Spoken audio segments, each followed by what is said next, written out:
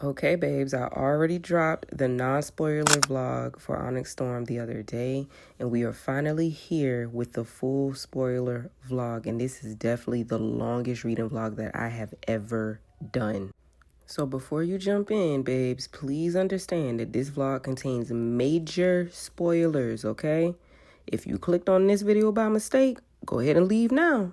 I'm gonna give you 5 seconds. Okay, so boom, if you still here, go ahead and grab your flight leathers, bookies. We going back to Best Guy. There's just so much going wrong. When are things going to go right? I just want it to be done right here. Like, I can't. And then she tells her, well, then it might be a short friendship, but we'll make it a good one. Like, what? Oh my God, y'all.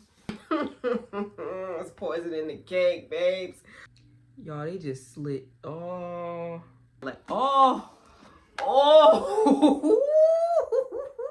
Y'all. I cannot see Violet and Xaden becoming enemies. Bruh, if Xaden turns completely venom at the end of this book, I would literally scream. I need you, yeah, I really do. Tell me what to do.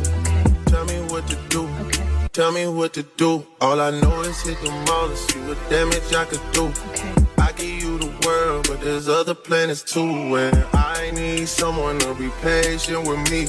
Someone to get money with, not take it from me. Look, they don't even need to be as famous as me. I don't think I meet them at the places I be, but... Hey y'all, it's been a bit of a day. I'm a little irritable. I'm not gonna hold you. So just rock with me. So before I begin, if you're new here, welcome to my channel, babes. I know I just jumped right on in. I'm so sorry. Sometimes it is a little bit chaotic on this channel, okay? But don't let that deter you because it's still very much a vibe, all right? And if you enjoy the vibes, don't forget to subscribe. Now, with all that out the way, babes, I'm getting ready to start my Onyx Storm. I don't know why I keep wanting to say Flame because I just finished Iron Flame yesterday. I'm getting ready to start my Onyx Storm read. And I did a poll on YouTube to see whether or not y'all wanted me to do a reading vlog for it or not. I didn't get that much interaction on it, but I did get about 6 or 7 votes so far to say I posted it a couple hours ago. So I'm gonna just go ahead and start the process because I'm ready to read like now, okay? I just got the book yesterday. I'm surprised I waited this long. I'm ready to get into it. So I decided I am going to do half non-spoiler, half spoiler. I'm actually looking for my Kindle currently. I don't know where I put it. It might be on my bookshelf. Come on, y'all. Take a walk with me. Yeah. I'm looking for my Kindle so I can go ahead and download the book on my Kindle. Wow. What? We got the light. Because the lighting in my room sucks, babe. Yep, there it is. Okay, Kindle. Boom. My Kindle might actually need charging, and if it does, I'm going to be so upset. What book is this that I was reading that I stopped? Oh, I DNF'd this, actually. Yeah, I DNF'd that book. So yeah, I'm at like 48%, not too bad. So I'm getting ready to download Onyx Storm on my Kindle so I can read it on here while I'm eating. And then once I finish eating, I'm going to grab the physical copy and read like that. So let's go ahead and head downstairs. Let's get started, babes, because I'm ready to devour this book. All right. Let me grab my headphones. Because yes, babes, I did get the Audible too. And then I'm gonna grab the physical copy. Oh, I forgot to show y'all. Hold on. I got some merch at the event yesterday. And I'm working on the vlog, by the way. So you might see this in that video. I have this bookmark that I got. The Writer's Quadrant, but then I also have the bookmark that we made at the event. Isn't it cute? It's so cute. So I think I want to use this one just for shits and giggles because I made it. So I think this is the one that I'm going to use for right now. I got my book with the sprayed edges. I got my bookmark ready to go. Got my Kindle. Got my headphones. Let's ride. Y'all, it's cold as hell, okay? I came upstairs because my husband is still playing the game. And honestly, it's just warmer upstairs, so that's where I'm at. Y'all, tell me why I ate my food I attempted to read Onyx Storm on the Kindle. So y'all really let me go on KU app looking for this damn book and it's not there. It's not available yet.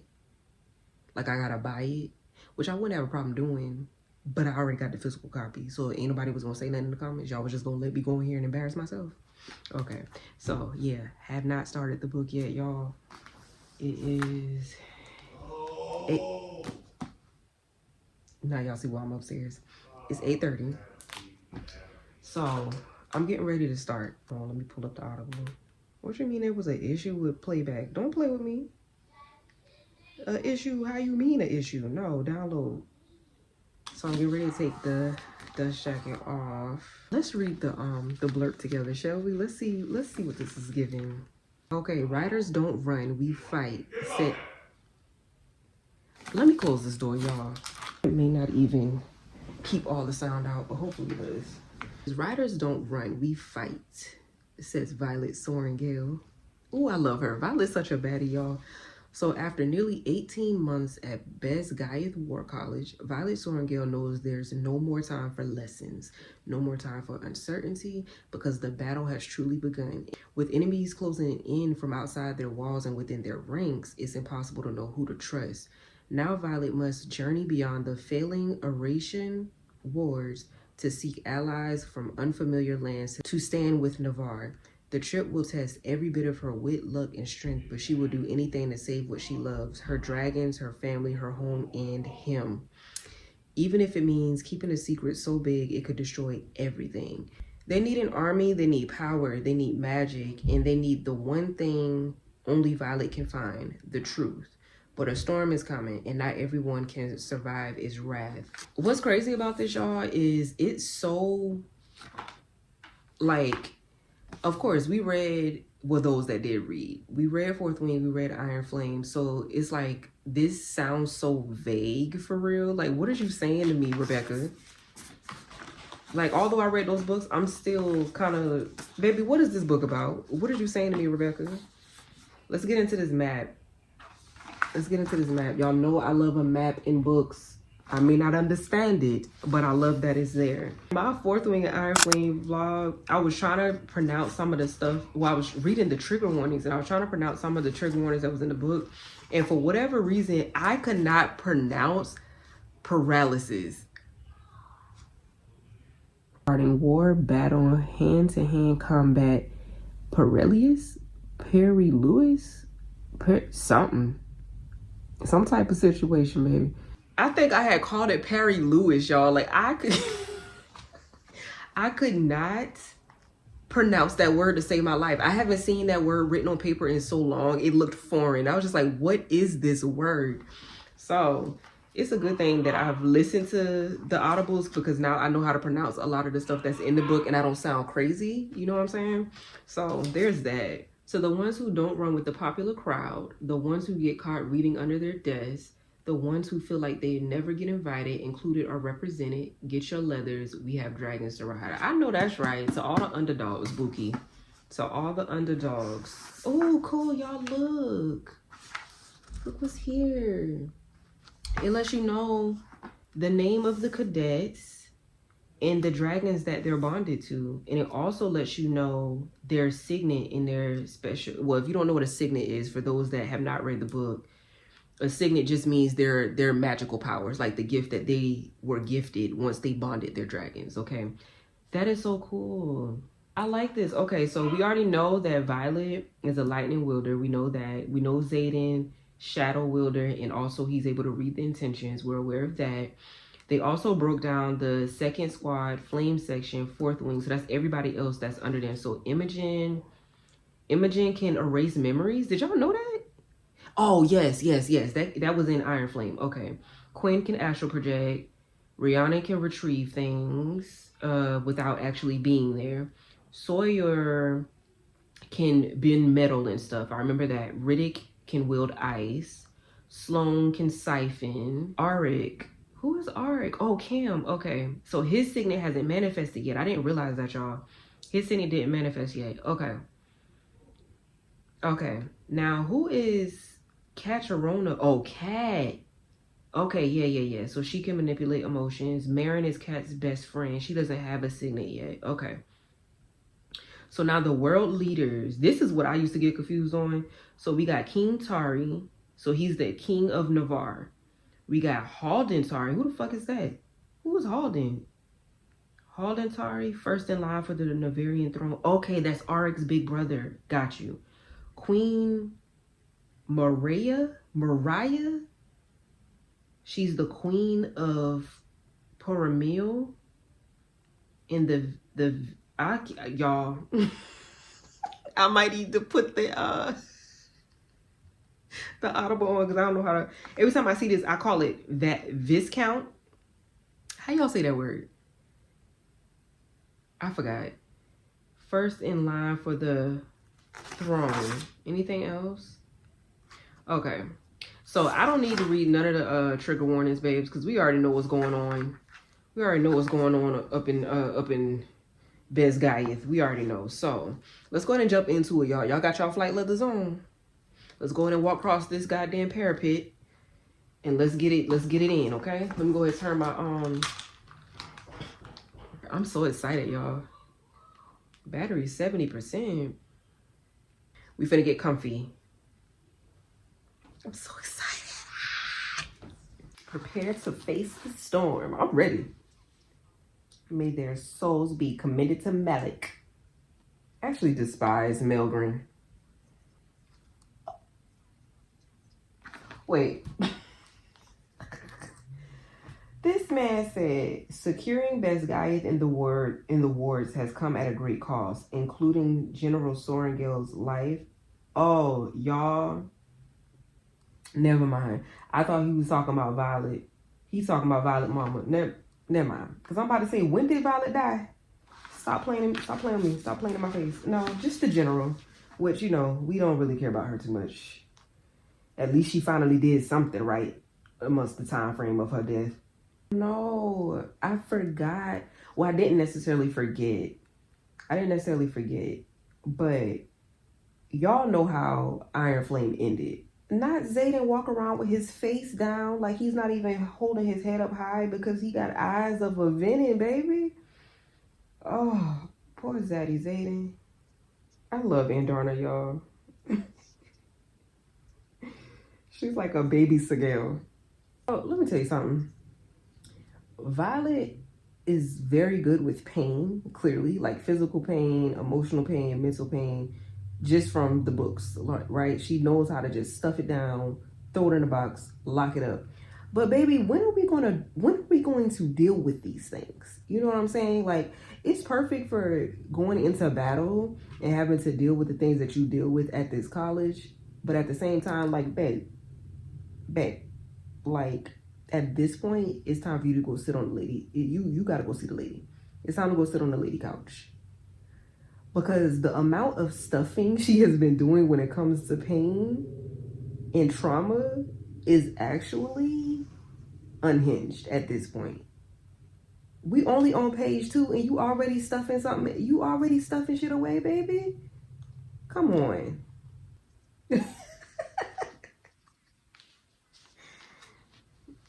And Donna is getting snippier and snippier in every book. What? If people watching you read, are you reading to them or are you just watching you read? Well, they're watching me read and I'm engaging with them as I'm reading. It's a whole process. It's a whole thing. Let me rewind a couple of seconds. Oh, he's still Zayden, my Zayden. That's her man and she gonna stand beside him. Y'all, my hands are so cold. I need some gloves or something.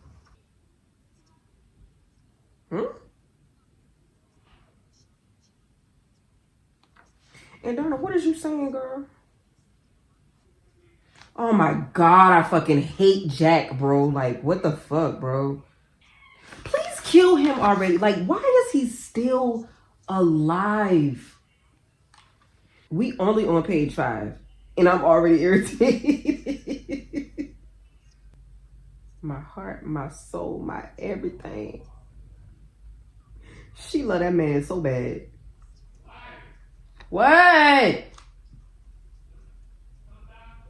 No! Y'all know Violet's saying is I will not die today. It says I will not die today, but it has it scratched out, and up under it, it says I will save him. Come on, affirmations. Okay, where is my bookmark? We made it through the prologue, y'all. I thought I read chapter 1. We read it through the prologue, but now my husband is calling me downstairs. Like, what, y'all? Hopefully I'll be able to read this damn book without no interruptions. Y'all see my little dragon? Isn't he cute? Look how he's holding the page for me. Okay. Oh, for the love of God, what do y'all want from me? Okay, babes, I'm back. I've been back for about probably 30 minutes, 45 minutes. It was calling me because they wanted to it's snowing. I think I told y'all that. And it's snowing for real. So they went out and played in the snow for a little bit. This is the first time that my babies are experiencing snow, so I love that for them. So we're waiting to see what it's going to look like in the morning, how much snow we're actually going to get. But I am on, damn, I thought I was on chapter 3, babes. I'm only on chapter 2. That is nasty work. Anywho, y'all, people are dying that ain't never died before.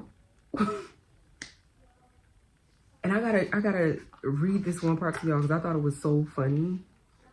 So Taryn, y'all know I love me Taryn. I love me some Taryn, okay? Taryn is literally like a grandpa of a dragon. And his attitude is just so funny. But the banter between him and Andarna be taking me out. Like, he said something to her.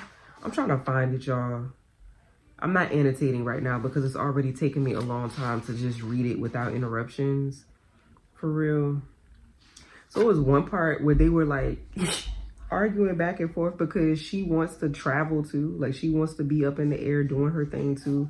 For one, is my light about to die? Y'all, I think my light is dying. Hold on. It's going out. Let's swap lights, y'all. Let's swap lights. Oh, shit. That wasn't supposed to happen. These little lights die so fucking quick. I hate it bad. I'm just out here trying to be great in my little content bag. And these lights just don't want me to be great for real. Not me talking to the camera all this time and I wasn't recording. I don't know what's going on today, y'all. I don't know what's going on. But welcome to the chaos, okay? Because clearly, I'm just trying to get my life together, man. I'm just trying to be a content creator. Okay, so if you read Iron Flame, then you know that Andarna, one of her wings is fucked up, right? She wants to fly with them because they're out doing patrol right now looking for Venom. And per usual, she always wants to tag along. She always wants to be around. And they're going back and forth because she's like, I want to go. And they're like, no, you can't. For the love of God, y'all, I'm never going to finish this book. Like, I'm not. I'll be surprised if I get past chapter 3 today. Hello? The amount of sheep that Andarna has been slaying throughout these books, y'all, is hilarious, okay? Like, I would hate to be a sheep at this point in time. Like, I would hate to be a sheep. They is eating them sheep up. Now this light is dying. Y'all, I'm just really wanting to share this experience with you guys.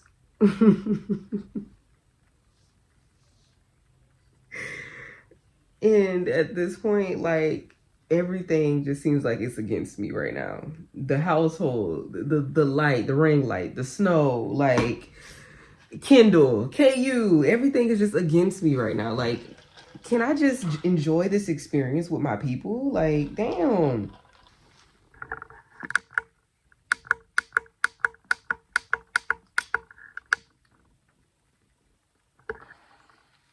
I'm so sorry, y'all.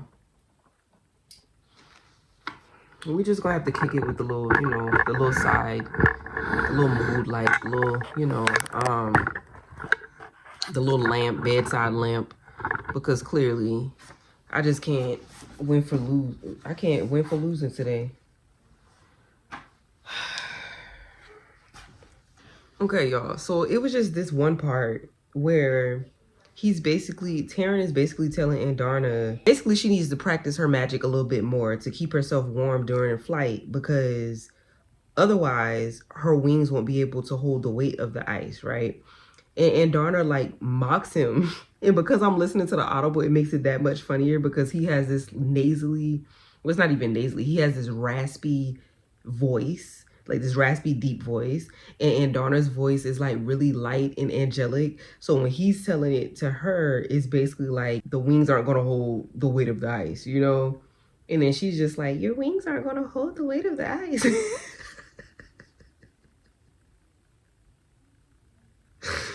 You just had to be there. You would have had to been there. Okay, if you don't get it, if it's not funny to you, you just have to be there. You would have had to been there. That's all. But yes, to tell her to go find some sheep and let the adults work is crazy. Like, stop playing in my girl face like that now. Stop playing in her face.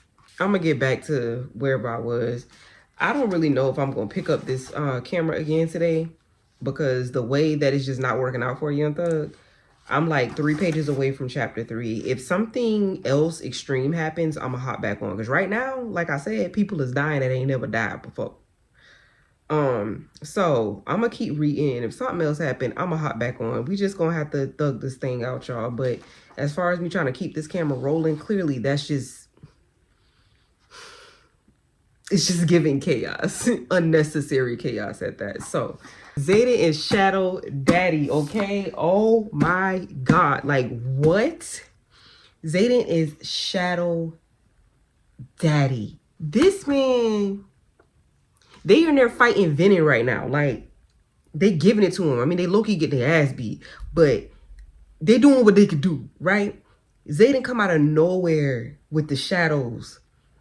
Covers everything. The whole entire room shadow covered. And in one of them shadows, he wraps around Violet and snatches her back so she's safe. And then uses another shadow to caress her cheek to let her know she's safe. Excuse me?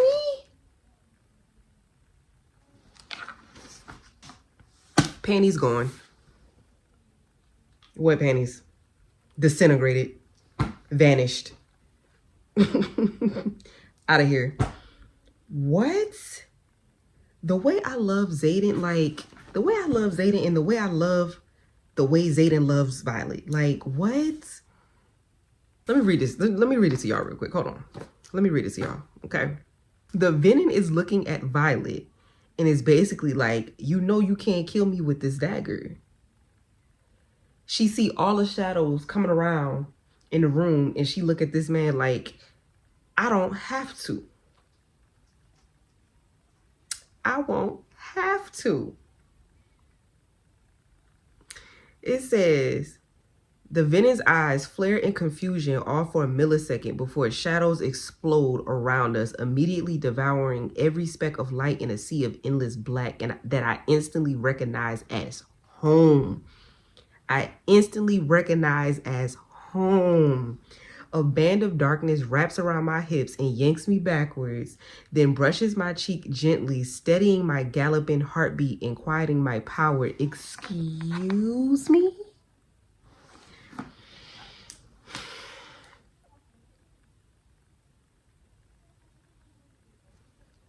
That's a man. That's a man.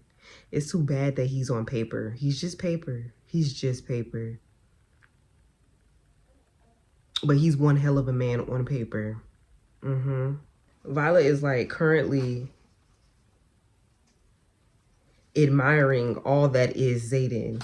And she says, Gods, I love this man. Bitch, I do too. We both love him. We both love this man. This one line actually reminds me of Harry Potter.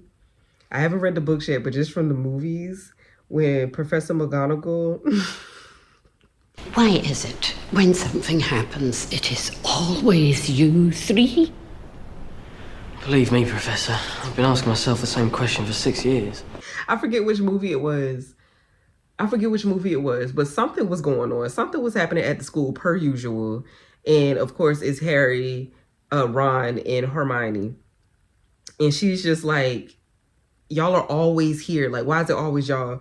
Zeta literally just asked Violet the same thing. Like, why is it always you? Why is it always you in the midst of danger? Like,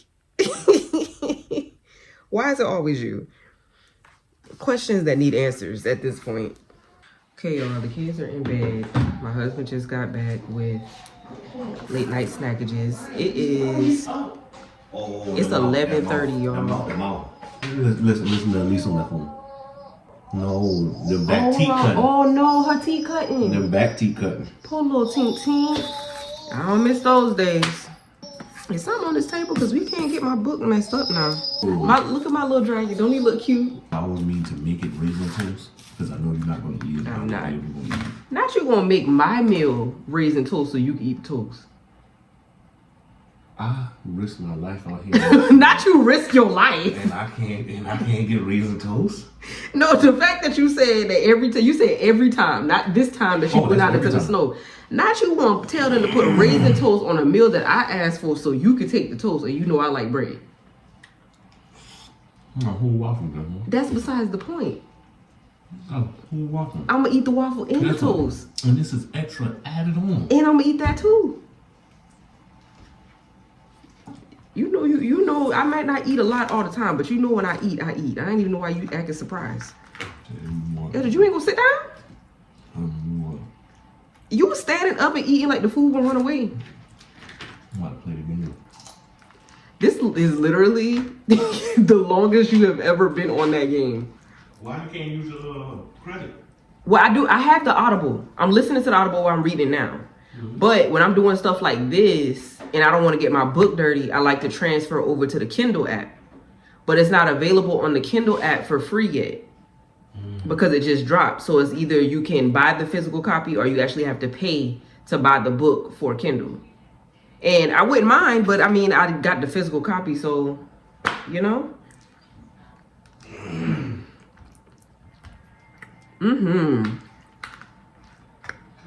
A little salt, pepper, egg. My toast. Also got the hash browns with cheese. What they call it? Smothered and covered. Cheese and onions. Probably gonna put a little razzle dazzle ketchup on there. I'm not gonna hold you. After I finish eating this, I might be asleep. Honestly. Okay. Let's get back into it.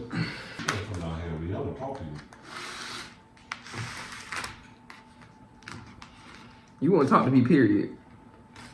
Duh. You want me to cut the cameras? What the fuck we get married for?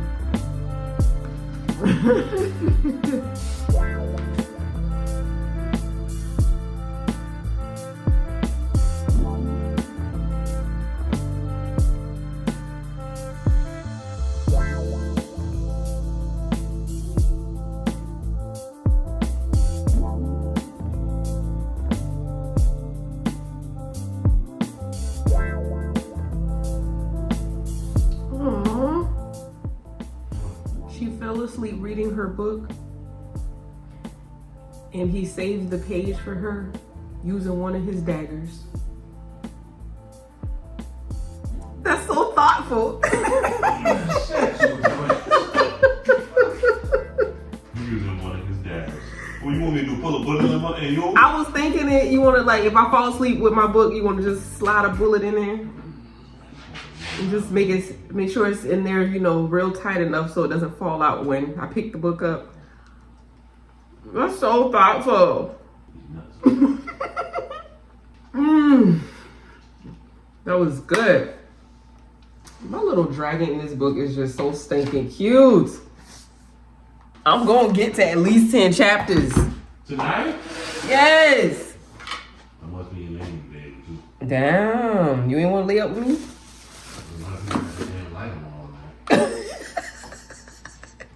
Okay, you guys, we are back in bed, getting ready to start reading again. Y'all, I feel like I did a little bit too much today because my toe is starting to tingle. Okay, hold on. Let me explain, because there are probably some new people that's watching.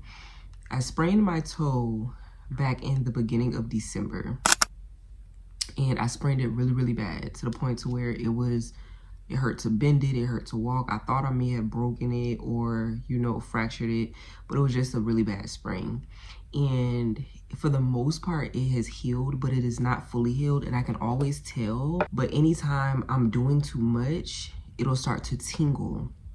And anytime that tingle starts to happen, I know that if I keep pushing myself, I'm going to start feeling it and it's going to start to hurt for real.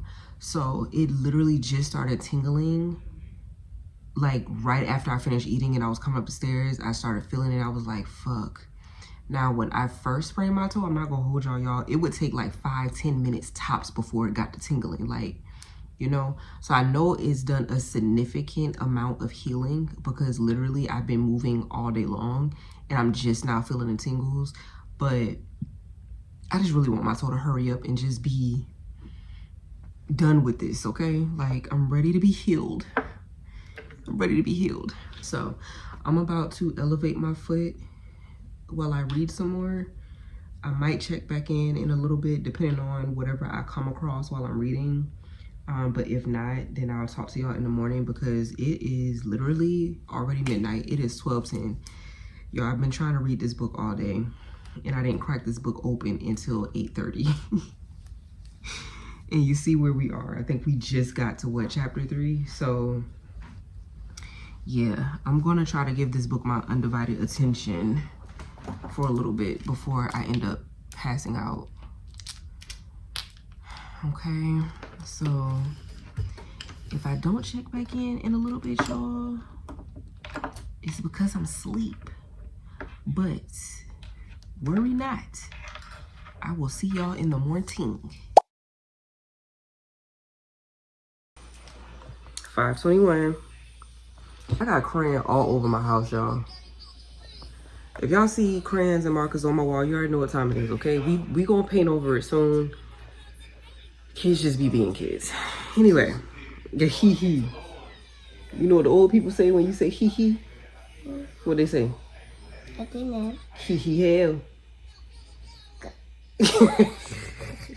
I edited my video for the Onyx Storm release party.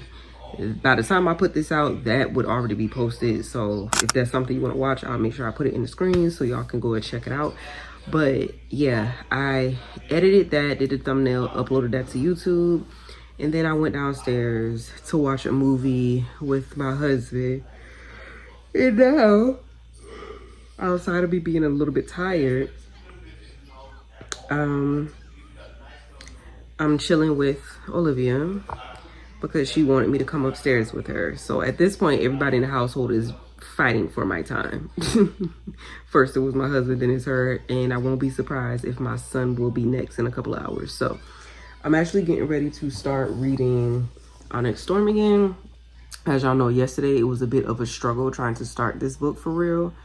So being that I'm only on chapter 5, because I definitely fell asleep last night right at the start of chapter 5, I'm gonna restart these 5 chapters because a lot was just going on yesterday while I was trying to get into this book. So I'm gonna restart it right now, and then once I start chapter 6 or however far I get, I'm gonna check back in with y'all. Just wanted to give y'all a quick update, so I'll be back. Hey y'all, so It's 3:30. It's 3:30 in the middle of the day. I'm actually completely, excuse me, y'all, I'm so sorry. I'm exhausted. Okay, I had a pretty long night. Honestly, I could have went to sleep, but I was up watching some show with my husband until the wee hours of the morning time. So there's that. And then I spent a majority of my morning cleaning. And now here we are. It's 3:30. I'm getting ready to start reading again. I made it to chapter 10 last night. I'm reading really, really slow, y'all. If I'm being completely honest, I'm not entirely sure how I feel about this book just yet. I'm not sure. Like, we know Fourth Wing was the introduction to everything, right? It was the introduction. It brings you in and you're immediately captivated by what's going on. I mean, hell, as soon as you start the book, you're on the parapet. So it starts off with a bang, you know what I mean? So you're understanding the lands, you know, you're getting the world building, you're getting connected to all the characters, and then the plot and everything like that within the storyline, right? So it just makes it very fun and very anxiety inducing, you know, all of the things. And then you move on to Iron Flame, and Iron Flame is essentially the information, everything that you need to know based on how the first book ended. So it's truly informational based, which is why it was so thick, okay? But you get in all your information, you're pretty much just preparing for what's getting ready to come, right? And then you have the epic battle or whatever like that towards the end of the book, right? So coming into Onyx Storm, you're going from a battle straight into war, you know? And this isn't spoilers, okay? I'm not giving anybody spoilers or whatever. Like, hell, it's a war college, for crying out loud. It's literally on the blurb of every single book. So this isn't a spoiler for anybody that hasn't read the book. But this book is surrounded by just everything. How the second book ended is literally picking up where the second book ended off on, right? And if you've read the second book, you know that we're going to war at this point. Like, this is a full-blown war. Grab your axes, grab the poison, grab the daggers, grab everything you got, put on your leathers, and we ride at dawn. That's basically what this book is giving. And it's just a lot happening, y'all. And I don't know, it's not bad. It's not bad. I just can't tell if I'm just still on a high from rereading Fourth Wing and Iron Flame, and I'm literally jumping right back into the storyline. So maybe it's like a book hangover type of situation to where it's hard for me to really like get into this book. But I'm struggling, low-key, y'all. I'm not gonna lie. I am struggling a little bit. And it very well just could be the fact that I'm just low-key overstimulated, you know? Like how y'all saw every time I was trying to get into the book, it was just something going on. So I really wasn't able to truly focus and give the book my attention for real too. So that could also play a part in it because I was ready to hyperfixate on the book. And if you know about ADHD, if you're hyperfixated on something and you're not able to get into it or you're not able to do it, you get very frustrated and very irritable. You know what I mean? So that could also be playing a part. I don't really know. I'm just kind of throwing shit out there just to make it make sense. But I can't really tell y'all how I feel about the book just yet, okay? Do I like what I'm reading? Yes. Am I enjoying it?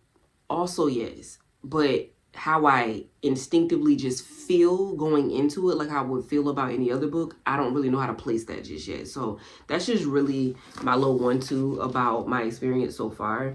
Now, what I will say is I am definitely loving Andarna's transition in this book, okay?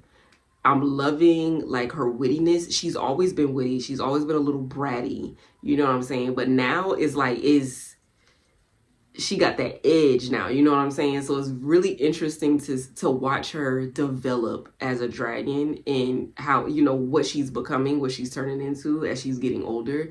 So I'm really loving her character so far. Taryn is just, he's still a grumpy grandpa, you know, a grumpy grandpa dragon. That's what it's still giving, okay? But he's grumpier, okay? Definitely grumpier in this book, okay? And I understand why, because at the end of the day, it's like, Violet, we know that Iron Flame ended with Xaden becoming Venom, right?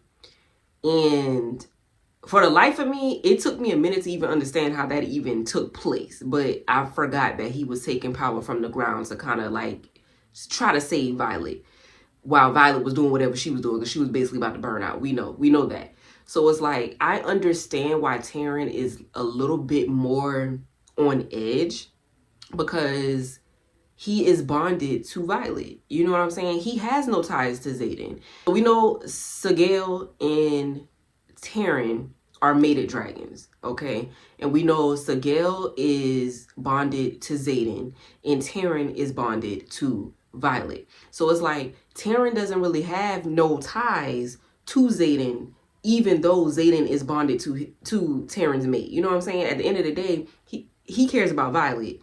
And the simple fact that Xaden is Venom now, and it's very possible that these powers can transform him for the worse, and also possibly kill and drain Violet of all her powers and just all her life force, I would be worried too. Like, granted, and that's not me turning on Xaden, because y'all know I love Shadow Daddy, okay? I love me some Xaden. But at the end of the day, bro, you're Venom now. Like, you're Venom. And it's just so funny watching Violet, because Violet is just like, I don't care. That's my man, my man, my man. I'm going to stick beside him, behind him, in front of him.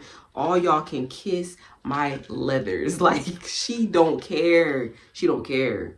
And I love it. I love it. I love it. I love it. But at the same time, it's just like, damn. You know what I mean? It's like you playing with fire low-key too, because this man can literally lose all of his sanity at any given moment. I also read the part where some of the Navarians are like still against the Flyers, and they're trying to challenge them to like duel, I guess, essentially, or whatever like that. And it's just like, y'all cool out. Y'all only hate each other based off of y'all parents. It's very similar to like racism. I don't really want to make this about racism, but you know, with the black culture, and you know, no disrespect to any of my subscribers, because y'all know I love y'all. But at the end of the day, racism is taught. You don't just wake up hating particular people. And it's not even just black and white. It's just also, you know, your sexual preferences, your sexual gender, like whatever. You don't just wake up hating individuals. These are things that are taught based off of your religions, your belief system, the way that you were brought up in your household. You know what I'm saying? So it's like, they hate these Flyers and the Flyers hate the Navarians, but at the end of the day, it's like y'all only hate each other based off of all of the lies that were built to even create y'all's land. You know what I mean? Like, all of these people, even the generations before you, have been lying to you. They've been lying to you all of this time, and y'all are still. And then what be pissing me, y'all, I'm about to go on a rant. What be pissing me off the most is we literally came back. We left this bullshit because we stood on business and was like, y'all some lying ass motherfuckers, right? We don't trust y'all. Y'all out here lying to everybody here behind the wards, and you also sending everybody else outside of the wards to slaughter. That's not cool with me. I'm standing on business. Fuck y'all for real. And we ride at dawn. Like, I'm leaving and I'm going to save everybody else because what y'all doing ain't right. That's gangster to me. That's gangster shit to me. So the fact that we brought our asses back over here to Best Guys to fight in a war for y'all asses after y'all already been sending everybody else to die. You know what I'm saying? And y'all really gonna come for us, try to kill us, try to challenge us, still popping off at the mouth like me and shit, still got hatred on your heart. And if it wasn't for us, all of y'all would be dead. The audacity. The audacity for us to come back and risk our entire lives for y'all, just for y'all to give us your ass to kiss after the fact. Like, that's crazy to me. Crazy to me. crazy to me. Like, what? Let's be so fucking for real, y'all. Like, I'm already stressed out. Y'all know that's my garage, okay? This shit be having me stressed, okay? But another thing, Riddick is actually becoming one of my favorite characters, okay? I really love the character development in this book. Like, although I'm still trying to place how I feel, I'm genuinely loving the character development in this book because we're starting to see, you know, the other characters are starting to get more limelight, so to speak, you know what I'm saying? Sawyer, I still feel so bad for Sawyer because Sawyer lost his leg in that battle, like, oh my gosh. So I can only imagine what he's going through because it's like, I'm really a part of the team. I'm part of the squad. But like, how can I contribute when I don't got no leg?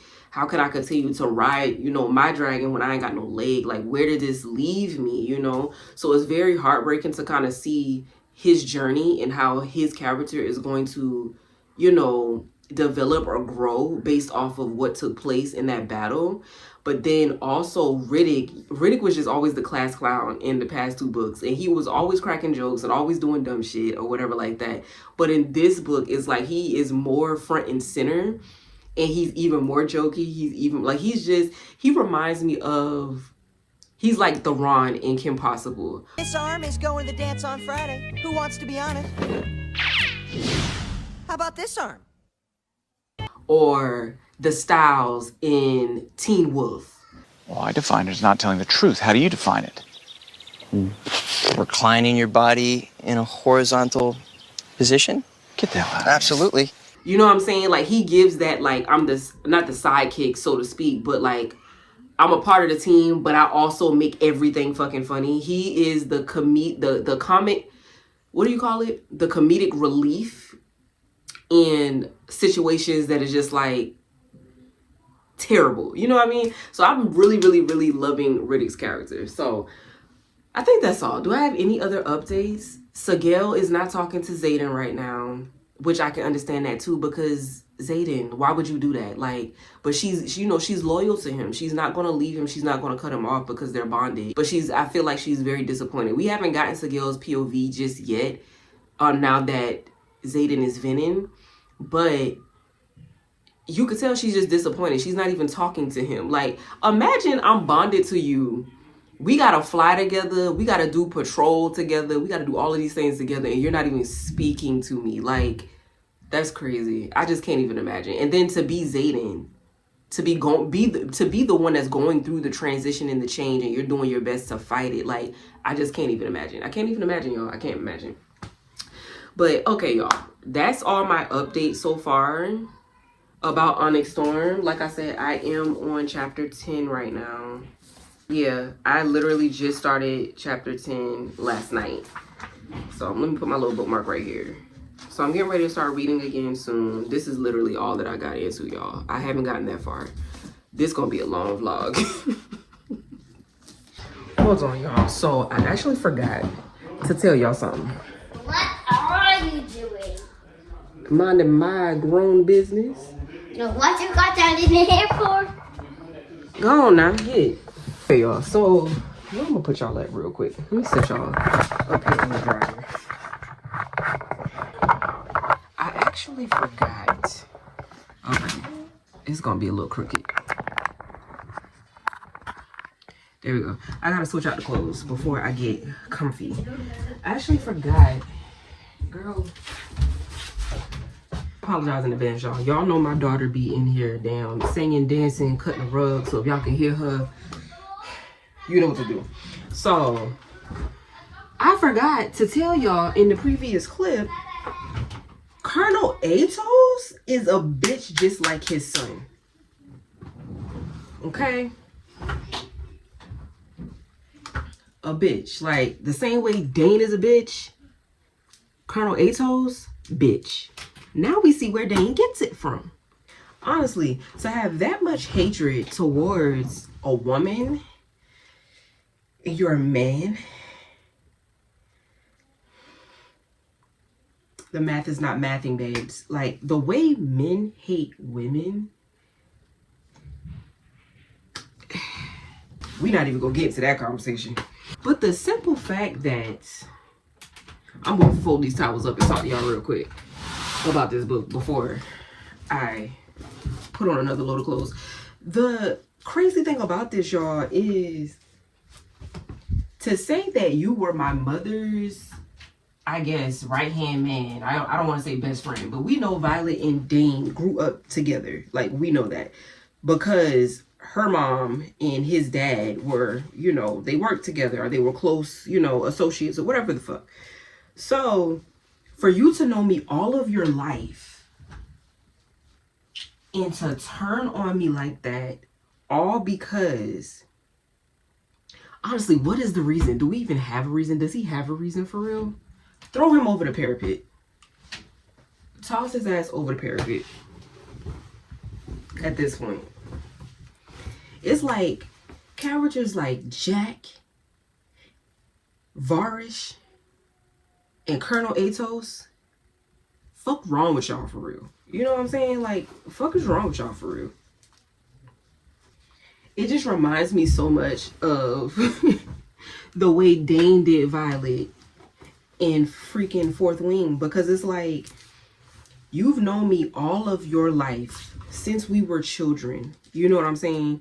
And for you to not believe me and you to not trust me when I say that something took place, when I say that your friend or your ex-lover or whatever attacked me in my bedroom, like she opened the door for other people to off me, why aren't you just taking my word?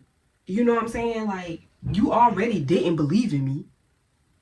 You already didn't believe in me, clearly, because you kept trying to get me out of here. Every time I done proved myself walking the parapet, I done proved myself through threshing, I done proved myself on a gauntlet, I done proved myself by fighting wars, and you still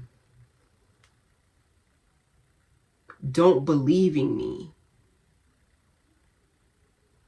You literally gave your father information that got Liam killed.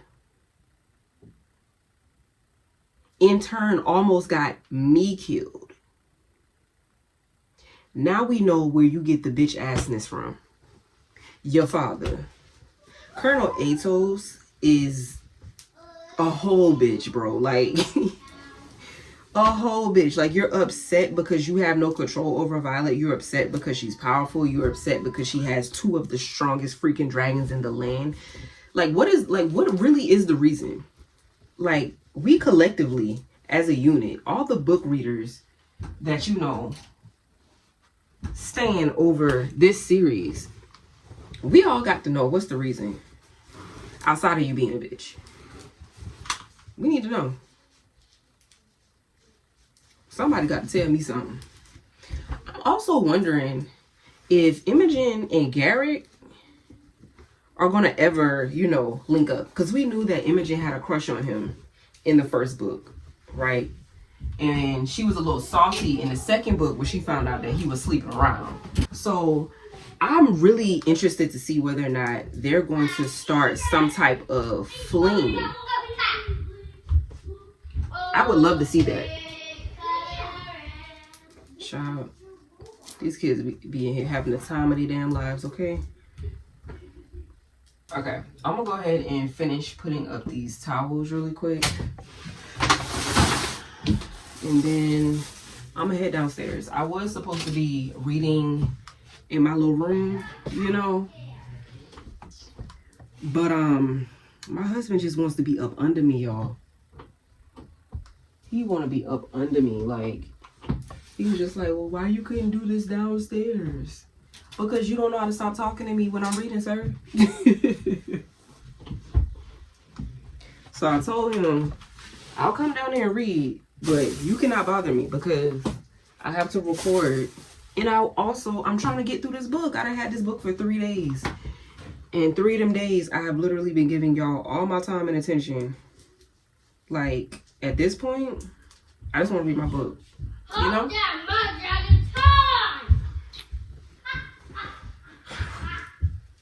Okay, y'all. I'll be back.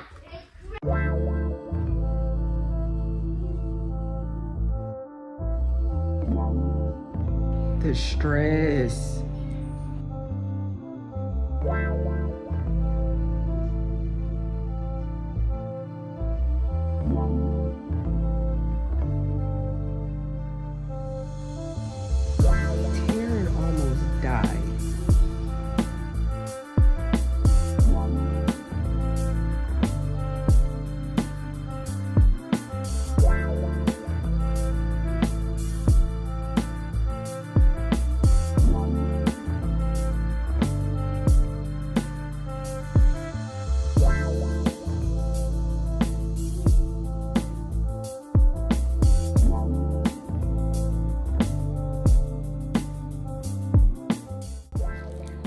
What is a leash? What the fuck is a walker? Oh my gosh. That's the funniest thing I read all day.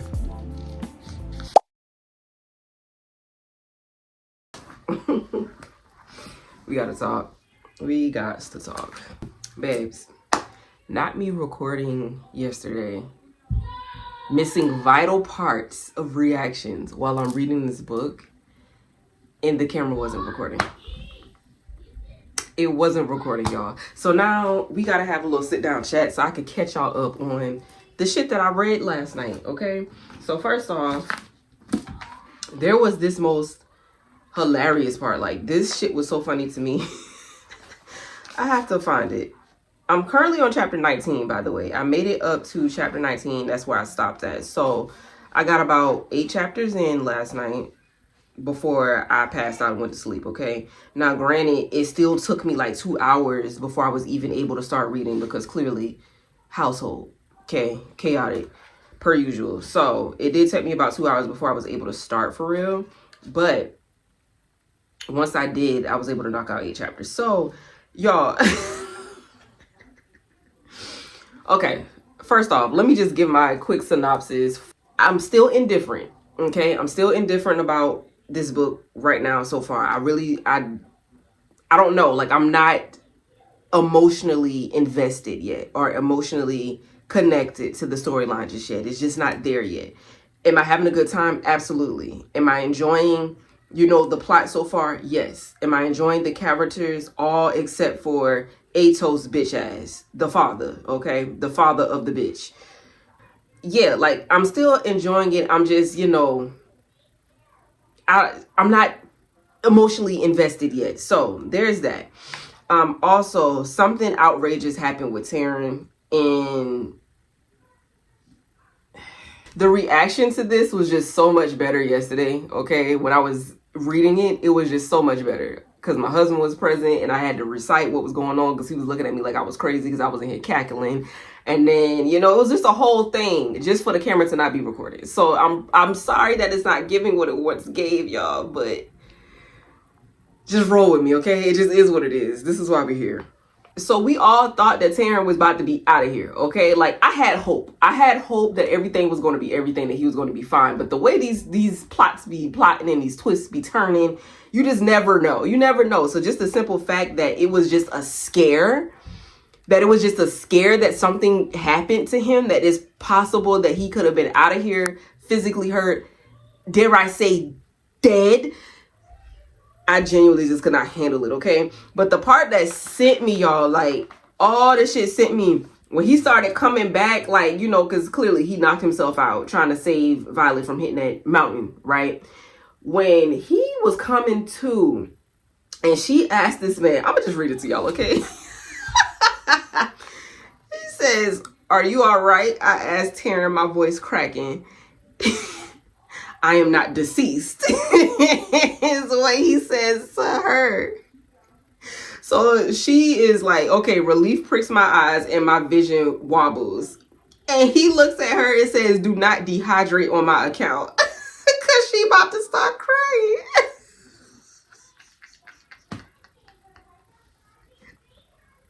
I'm sorry, y'all. Like, that, I laughed literally for like 5 minutes straight. Because Taryn, come on, bro. Like, she thought you were dead. She thought you were about to be out of here. Sir, and if you're out of here, that means she's out of here. And if she's out of here, that means Zayden's out of here. And if Zayden's out of here, more than likely, Sagel's going to be out of here too. Because not only did she lose her rider, but she also lost her mate. Can we be a little bit, sensitive to the fact that you were almost dead, my guy? Like, what? Taryn is like just the funniest fucking thing, okay? So outside of that, let's dig a little bit deeper. Remember, the villain, whoever this girl is, what she say her name is? Thessalonian? What that whole name? Hold on, y'all. Let's find it. What is that girl name, y'all? Somebody find it. Help me, please. I don't even know why I was searching for this, y'all, because without the audible, I don't even think I'm gonna be able to pronounce it.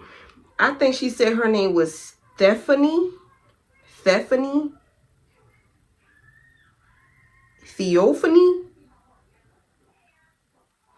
It's like Stephanie, but fuck it. We just gonna call her the dark bitch, okay? So the dark bitch, the dark bitch literally can wield lightning just like Violet. But she's more controlled with her shit. You know, like Violet has been clearly struggling since she manifested her signet. She's just been out here struggling now. But hers is more controlled. Like the dark bitch is more controlled because she don't gotta put her hands to the sky. She don't really gotta do nothing. She can just look and shit happen. She just feeling shit happen. Violet just be like struggling, just can't control her shit for nothing, right? But this bitch can control it. But they literally have the same signet. So that's interesting. She even has silver hair, just like Violet has her little silver strands in her hair. That's interesting. But she keeps calling Violet a leash. And old boy called her a leash too. What's that boy name? Jack bitch ass. God, we hate Jack. But Jack called her a leash too. I don't know what that means because clearly she has two signets, but she doesn't know what one of them is, or it hasn't fully manifested yet. So it makes me wonder, how do they know? How does the Venom know what her second signet is? Does the dark bitch have that same signet too? It's a possibility. But then we also find out that Garrick is basically, whatchamacallit? What's that term when you can just move fast? Like super speed. He's a distance wielder. That's his second signet. So it's looking like all the marked ones have two signets. All of the marked ones have two signets. Because we found out even Liam had a second signet. And his second signet was ice wielding. So all the marked ones have two signets. They have two special power abilities or whatever like that. So I'm brainstorming, y'all. Just stay with me. Stay with me. Violet is not a marksman though. So how does she end up with two signets? Is it because she's dealing with Zayden and he's a marksman? Or I don't know, because even somewhere in here it said that a lightning wielder and a shadow wielder, like them having those particular abilities, is the first time that the land has seen that in centuries. Okay, so once upon a time, not long ago, there were two mated individuals, two mated humans, where one wielded shadows and the other one wielded lightning, just like Zayden and Violet does currently, right? So maybe that has something to do with it. What if Dark Bitch is the lightning wielder from all them centuries ago? And that's why she got the same powers as her. And if that's the case, who's the shadow wielder? I'm just brainstorming, y'all. I don't know if this is really what's tea for real. I'm just making my own little predictions at this point. Okay? I'm making my own little predictions. This is interesting. So they, what happened? We know that Violet in her quadrant, her team of, you know, people, the ones that, you know, ride at dawn for her, all of them went over to that little countryside to save whoever needed to be saved because it was an attack going on over there. But it was clearly a setup because this dark bitch knew that they were coming. She wanted to lure her out there. So this is just interesting.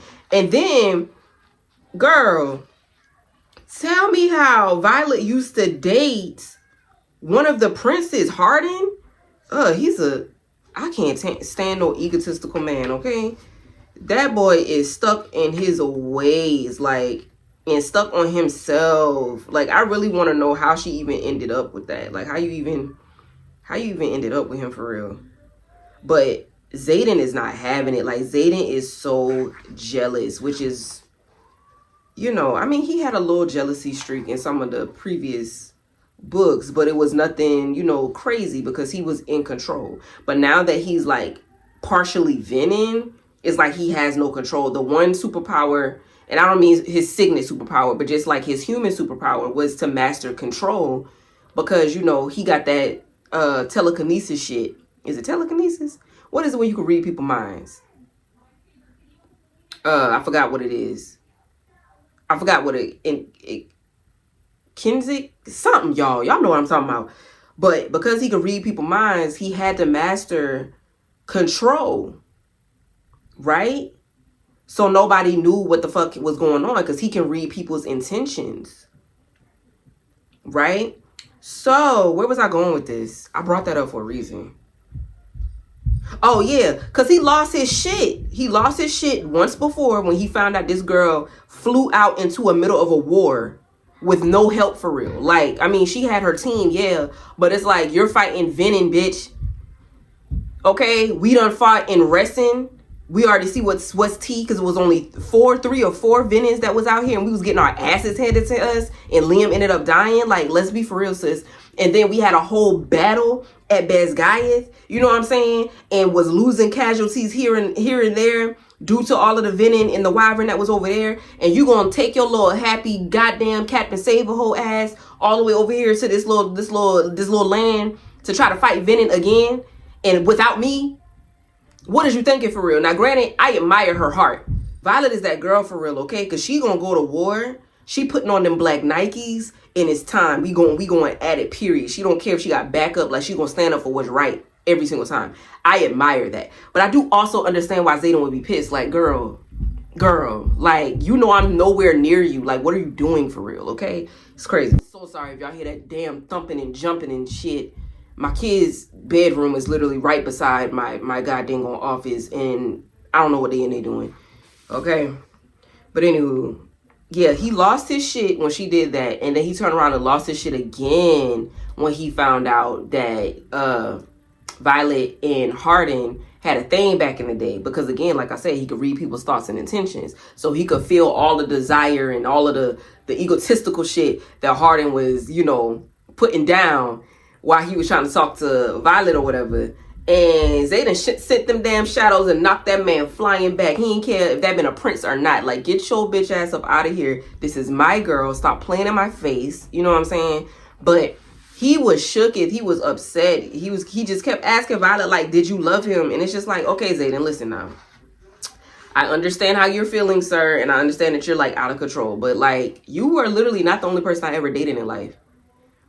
Like, I don't understand that. People just be so in their feelings about your past. This is my past. You are my present. Stop worrying about what happened over here with Jack and Jill when you're who I'm with right now. Like, can we not? Like, I don't even communicate with these people. I don't fuck with these people. I don't talk to these people for real. Like, can you just relax? Like, focus on the present. Ain't like, why is you worrying about Big Dog? Clearly, you see, I don't even want to fuck with Big Dog. Why is you upset? Because once upon a time, I had feelings for Big Dog. I had a life before you, Zayden. Like, let's just chill. Is you cool, bro? You know what I mean? So, yeah, this is a whole lot that's going on, y'all. And y'all know I usually don't do my reading vlogs like this, like my spoiler ones where I'm sitting down and I'm just talking about it like this. Usually it's in the moment. But being that my camera has just not been, you know, up to par, we just got to do what we got to do, y'all. So these little recaps is what it is. I'm getting ready to start reading again soon. I might start reading now. Yeah.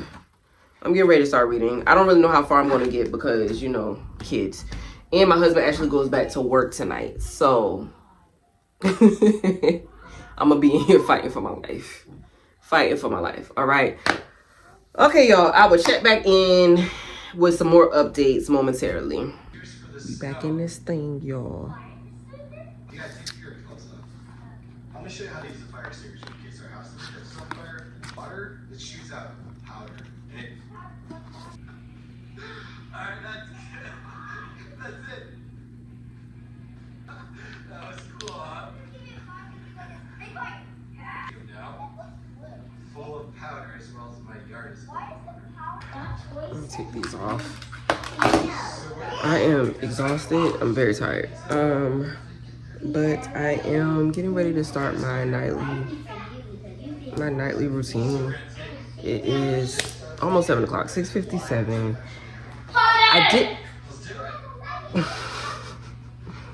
I did get through, I forgot what chapter I'm on, y'all. I'm on chapter 22 currently. Okay, so I know you're probably thinking, Jessica, you know, why don't you just continue to listen to the book while you're doing what you're doing? You're right, I could do that. I very well could do that. But it's like, I'm low-key dedicated with trying to listen and read at the same time. I don't know, it's just a whole experience. I don't know. I was gonna do like a quick check-in. Can y'all tell how tired I am? It's like my brain, like my thoughts are just lagging. I feel like I'm like the internet symbol. You know, like my brain is trying to load right now. Do not mind the way that my kitchen looks, okay? It's in disarray right now, which is why I'm in here, because like I cannot function in no dirty kitchen, babes. Like, dishes need to be put away, more dishes need to be washed, and I gotta get my husband's lunch ready, so. But anyway, let's talk about this book really quick though. So, as you can see, like I said, I read a couple of chapters, and if I'm being completely honest, it's like, nothing is really happening for real. Okay, I'm lying. Everything is happening right now, actually. Hardin is annoying, okay? I think I mentioned this before. Hardin is Violet's ex-boyfriend. Yeah, he's a prince. And he's a prince. He's very, very annoying, very egotistical, very stuck up, very like just in his ways. Feels like the world revolves around him, but I mean, typical prince, right? Colonel Atos is still a bitch, which we do. Melgren, I've hated Melgren since forever, since book 1. And he's just, there's just so many characters I dislike right now, y'all. It don't even make no sense. Granted, we got dislikable characters in every single book, but it's like, gee whiz. That one girl done caught on fire by her own hand. Love that for her, actually, because she was annoying as hell. Don't even remember her name. That just goes to show how much of a non-fucking factor she actually was. Glad she's out of here. The guy that I was hoping would die ended up dying too, because she accidentally set him on fire. She's a fire wielder, by the way. So she accidentally set his ass on fire or whatever. Oh, I lied. She did not set herself on fire. She got killed by a wyvern. She set him on fire, which again, not upset about, because I wanted him going anyway. He was annoying. What was his name? Grady? Colonel Grady? He was annoying as hell. So glad he's dead. And then she got snatched up by a wyvern. So glad she's dead too. Good riddance. I'm really, really loving the person that Violet is becoming though, because the way she was standing up to Melgren and Atos and even Hardin in that next meeting that they had, and basically was like, listen, we tried it y'all way, we not doing it y'all way no more. We're doing it my way. We're taking my team. Fuck what y'all are talking about. Like, nobody cares. Y'all are stupid. Y'all are dumb. I've been doing this. I'm the one fighting the wars while y'all are sitting behind y'all wards, sitting behind y'all safety. You know, I'm the one front and center on these battlefields. You're not about to tell me how I could go about recruiting my team or how I could go about handling my business. Fuck you, you know? Love that for her. And of course, Zayden is eating it up because you know Zayden loves when Violet is out here being a baddie for real. When she's staying true to her nickname, Miss Violence herself, you know? So love that for her. What else? Mira. Mira is such a hard ass, and I love her. Like, the amount of time she is knocking somebody out or punching them in the face or kicking them in the balls, which is what she did in this book. I literally be cackling because you can always count on her to have somebody jacked up behind some dumb shit that they did, because don't play with me, and definitely don't play with my sister. Do not play on my little sister top. I'm trying to think of what else, y'all, because clearly I didn't get super duper duper far in the book just yet. Since we last spoke, I think I was on what, like chapter 19? I'm only on 22, so clearly I haven't been getting a whole lot of reading time. But I think I am gonna go ahead and just listen to the book while I'm cleaning the kitchen and packing the lunch. I don't really want to, y'all, because I just want to keep reading and doing it together. But honestly, at this point, I feel like I'm going to be reading this book for the next damn week if I don't, you know, get a head start on it, which honestly really isn't a problem. But I don't want to be immersed in this book for 2 fucking weeks. You know what I mean? Like, honestly, if I would have been reading like how I wanted to, I would have already been done. I would have been done with this book since yesterday. And the way that it's going, I'm not even 50% in the book yet. I don't even think I hit 30% in the book yet. And I've been reading it for the past, what, 4 days? So at this point, I think I'm gonna just throw them headphones back on, y'all, and get to listening for a little while I'm doing this. And then once I put the kids in bed, I'll pick up the physical copy and start, you know, doing what I do. So that's what I got going on, y'all. That's my update. Not much to give just yet, because clearly I haven't gotten that far, like I said. So I will check back in with y'all once I figure some shit out. And hopefully I can kind of make it through the night a little bit to get some chapters done, because the way I have not gotten any sleep the past 2 days. I'm trying to read this book. Oh my God, y'all. So I'm listening chapter 22, and they just landed in wherever the hell they at. Y'all know, I don't know the name of these places for real, but they just landed in this other place, and upon going there, they were told that they were going to lose all magic, all connection, you know, all of the things. No magic, no nothing.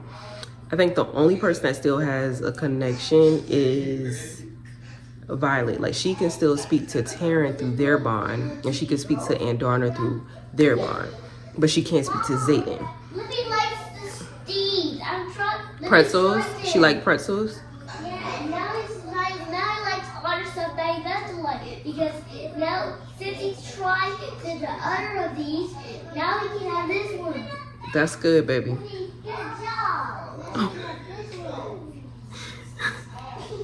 He's so sweet when he wanna be, my little Cabbage Patch baby. But anyway, so nobody else can speak to their dragons or their griffers. Like, the bond is completely severed. They aren't able to wield anything. Like, all magic is just gone, outside of Violet being able to still speak to Taryn and Andarna through, you know, their mental bond or whatever. But Zayden, like, my heart is just like pitter-pattering, because Zayden is like, he's at peace, y'all. He's at peace. He's just standing there on the horizon, just looking out into the ocean, and he's just calm. He's collected. Like, he's not stressed out. Like, he's not constantly worried about who he has to save, or, you know, the battle that they have to go into, the big part that he has to play, on top of the fact that he still has to control himself due to him being partially venom now. And he's just in this state of peace. And I'm just like, on a human level, it's like, I can just relate to that part in the book, because who doesn't want to be in a state of peace? Like, you don't want to be worried about everything else outside of yourself, all the external shit. You're just able to just be. So to listen to him being able to just be during that, being that he's in a space that doesn't require magic, well, not require magic, but like, there is no magic there.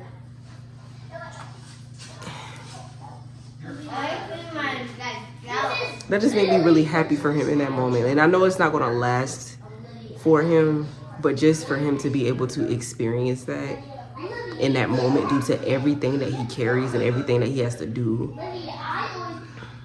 That's just a beautiful moment, y'all. That's a beautiful moment. Okay, I'm gonna go back and listen. First of all, why Jack don't die? When I saw that he was still alive in the second book, I literally threw the book across. I don't like, he was being nice. I was so much. And I'm just like, what that girl do to you for you to hate her so bad? Everybody that got a reason to hate her don't even hate her as much as you do. What a girl named is Andromeda. Is Andromeda. Why is Andromeda special? Andromeda, when she did 300 years to hatch, she even came with them. At all. She been coming back. She been coming back. She said, I felt when you were born. I felt it in my soul. She felt when she was born. I waited till you turned 18. But said, I wasn't even gonna be here. I was a scribe. Where you at? Riding. I said, this is too much. Yeah, these dragons deep now. Listen, I said that boy's so doggone diabolical because how you kill your own dragon, bro. Okay, you guys, the lighting is most definitely going to be shitty as fuck. Hopefully I can get in and edit it to where it looks a little bit better, but right now it just is what it is. Y'all just gonna have to rock with me. Boom, bam. Thank you, man. Yeah, update. So I did continue to read, you guys. I just stopped on I'm still on chapter 27, but I'm like a page and a half, maybe 2 pages out from chapter 28, okay? So I did decide to just go ahead and listen clearly while I was doing my little nightly duties and whatnot. Y'all, so much has transpired in those little bit of chapters that I just can't even. So for one, all the dragons that are currently, I don't even know where the fuck they are right now. I'm not even gonna lie to you. I don't know what land they're in currently. They traveled somewhere south. Let's look at the map. Let's see if I can point it out on the map. They're definitely not arrested. Are they in Caldere? Crovola, Krovla province? Cordin? That's where they are. They're in the south. They're in the south. Okay. So, remember I told y'all, whenever they go, whatever's over there in that area, they have these wards where it makes you lose your magic abilities, your powers and everything like that, right? But what we didn't know was, because the dragons operate off of power the way that they do, or for magic or whatever it is that they got going on, they're literally in physical pain while they're there because they can't connect to their riders, they can't bond, they can't channel, they can't do nothing. Okay, so they're in physical pain for one. So like, that's crazy. And then the second thing, y'all remember when I told y'all Hardin wasn't shit? Y'all remember when I told y'all I did not like Hardin? For those that don't remember who Hardin is, that is Violet's ex-boyfriend, okay? So, y'all, for my spoiler folk, this man literally fucked up the entire plan. Like, they're supposed to be there to come to some type of, like, I guess, agreement with the king or whoever the fuck, I forgot his name. His name is Cortland. To come with some type of agreement with Cortland, you know, some type of terms and understanding. Hardin takes it upon his dumb self to go over into these people's land and tries to steal from him. So now, this man, Cortland, is just like, okay, well, since you want to steal from us, we're going to kill your side piece, you know, your aid, your help, and we're going to feed her to my fucking tigers in front of everybody. So this lady's head is on a platter, and his 3 tigers or leopards or whatever the fuck they are going at it, like going to town on this meal, okay? And then they're basically saying, we're keeping you captive because you stole from us. And because Hayden is a prince, or Hardin, whatever the fuck, because Hardin is a prince, they're also thinking about using him for ransom because his daddy's the king. This boy just be fucking shit up, like fucking shit up. So now he done put Violet and Zayden and everybody else in a terrible predicament because they're trying to gain some type of alliance to allow them to travel back and forth, you know.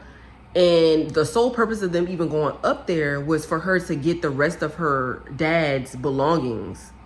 I'm all over the place. If you read it, you already know it's tea, okay? So you already know what I'm talking about. I ain't gotta get all into the nitty gritty of it all.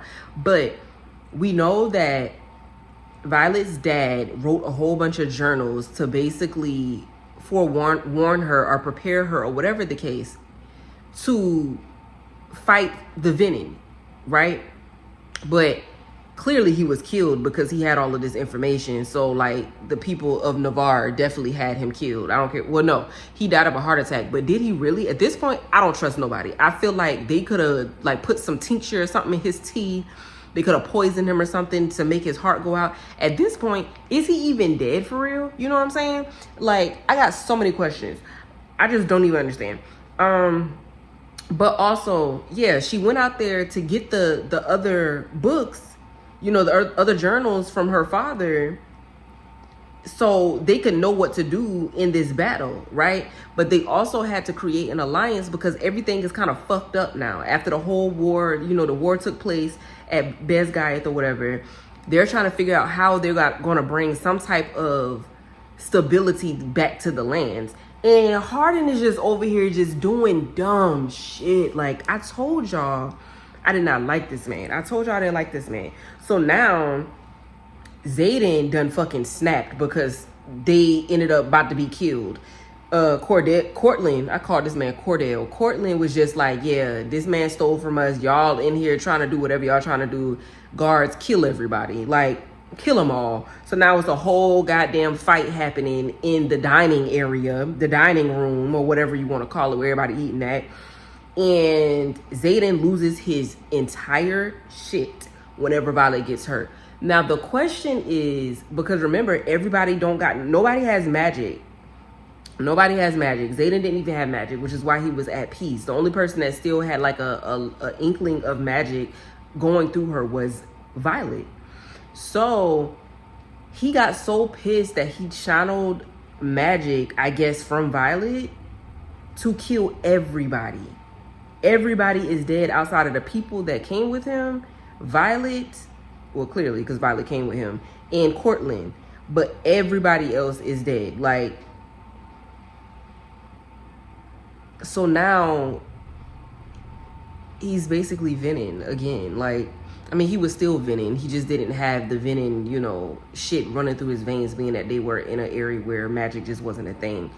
But the fact that he channeled, it's like the more he channels the magic, the more he's transitioning into Venom. So it's like, oh God, this is just so painful to watch, because what did Xaden do to deserve this? Xaden, they been coming for my boy since the beginning of time off of the strength of his fucking daddy, dog. Like, he didn't start the rebellion. His father did. And even though his father started the rebellion, he had every right to start the rebellion because he knew what the fuck was up. And he knew that the people in Navarre wasn't worth a damn. You know what I'm saying? So he started the rebellion to, like, help the people. But, like, so this man has been sentenced to death, along with however many other people that were in the rebellion. And Xaden has to carry the burden of his father's transgressions all throughout these books. And now he has to fight being a Venom. Like, give my boy a break, bruh. Like, he has just been at so much peace throughout this book. Well, throughout these last couple of chapters. And now y'all just brought that shit right out of him again. Like, I just hate this for him so much. I hate this for him so much, y'all. But anyway, I'm about to start reading. I got me some strawberry pound cake. It is so good. My husband just left to go to work. My children are now asleep. So now my household is quiet. Ain't nobody bothering me. So I'm about to see how much I can read tonight, because what time is it? It is currently 12:33. I'm going to give myself till midnight. I'm going to see how far I can get. Knowing me, if it gets good for real, like some shit start popping off, I might continue to read. But I'm going to give myself until midnight to see how far I can go. And we'll go from there. But being that I am finally in a quiet ass house, y'all can really get some reactions in real time at this point. You know what I'm saying? Because I feel like y'all been getting choppy ass reactions due to all the chaos that I got going on in my house, dog. So yeah, we finna get back into it. I'm gonna eat this cake and turn on this damn Audible or whatever like that. And we're gonna go ahead and get started, babe. Cause shit is popping off. Baby, not I fell asleep. Y'all, I was knocked out. It's 12:20. Well, I was 2 pages away from chapter 30. So, I'm probably gonna finish this chapter and then go upstairs and get into bed. Because there is no way I went to sleep like that. I'm gonna catch y'all in the morning. And, yeah, good night. Good morning, you guys. Well, good afternoon. It's 12 o'clock, 12:15, and it is freezing. So, I took my little shower this morning, and I made me a smoothie. It's halfway done, but it's a mango, dragon fruit, and banana smoothie. The amount of sweatshirts and hoodies that I have just surrounding my house is crazy. But I'm freezing. Freezing. And I low-key want to put this hood on my head, but I don't put this bun on top of my head, so just is what it is. I don't feel like taking it down. But anyway, you guys, I clearly fell the fuck asleep last night. And I think that within my slumber, I cut the cameras. So, and I feel like I might have done that in my sleep, honestly, because I thought for sure the cameras were still rolling when I woke up. But no. Anyway. Ooh, my scalp. I think I told y'all that I was gonna finish those last like 2 pages before I came upstairs and went to sleep. Y'all, it literally took me like 45 minutes to even finish those last 2 pages because I kept falling asleep. But I was just so determined to like finish it. So yes, I am currently on chapter 30. This is where I stopped at last night. I'm trying to recall what it was that I read last night. If I'm being completely honest, I don't remember. I'm trying to go back to see, but I don't think anything too crazy happened outside of Arik. Well, his fake name is Arik, Cam. Y'all know, for those that read it, Cam is Hardin's baby brother. They had an older brother that ended up, Zayden ended up killing, like, not too long ago. Was he the oldest, or is Hardin the oldest? I don't recall. I don't remember if the one that's dead is the oldest brother or if Hardin is the oldest brother. Either way it goes, one of the brothers was killed, and it was Zayden that killed him. I can't remember why though. I think that came out in Iron Flame. So yeah, maybe somebody could tell me because I don't remember. But yeah, he has been hiding out at the dragon school all this time. He's basically going against his own kingdom and his own father because he doesn't like how they're doing things. He doesn't like basically the same thing with everybody else, you know, Violet and everybody. They know what's going on. They know that the elites have all the tea. They have all the tools. They have all the resources to help save the land from Venin. And yet they're being selfish and just keeping everything within and allowing everybody else to die when they have the means to save them, right? That's essentially what it is. And his dad is a king, and he's just like, you know what? I don't subscribe to none of the bullshit that y'all on. I'm going over there to the rider school so I can learn how to fight and defend, you know, with these other riders, if that's what it comes down to. So he's been in hiding. They've been searching for him since Iron Flame, trying to figure out where he's at. Because like I said, they already lost one son. So they've been searching for him forever. He just let himself be known to Hardin. And Hardin is just in shock because he's like, what are you doing here? Like, we've been looking for you for months. You've been here this whole time, whoop-de-whoop.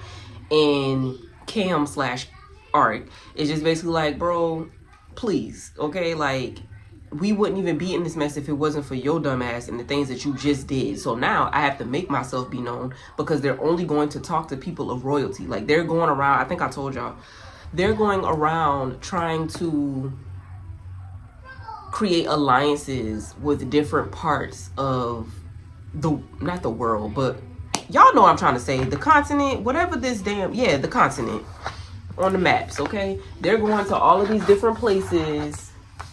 There we go. They're going to all of these different places trying to create alliances so they can come together and fight off this venom, right? And Harden, like I said, just fucked up everything in the first, you know, place that they went at with, you know, trying to steal from the king that's over there. So Arik is just like, bro, you are literally fucking everything up. And because of that, now I have to come out of hiding and do your job because you clearly can't do it for everybody else. Because the only people that they'll talk to is royalty, is, you know. Sorry, y'all. I had to go break up a sibling fight just now. Anyway, as I was saying, so because they're going to all of these different parts on the continent, of course, every single area has their own leader in royalty. So they're only talking to other people that's of royalty. So they have to take Harden wherever they're going. But because Harden don't know how to fucking act, he got to get out the way, right? So now Arik is stepping in and taking the role of what Harden was doing, being that that's his baby brother. So that's kind of what's happening right now, y'all. It's just a lot of shit happening. It's a lot of politics and things going on currently. Child.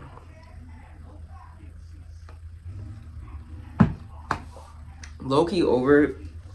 Oh, also, Xaden is back after everything that occurred where he lost himself, you know, at the whatever land they was just in, where Harden fucked up. None of that would have happened if Harden didn't fuck up.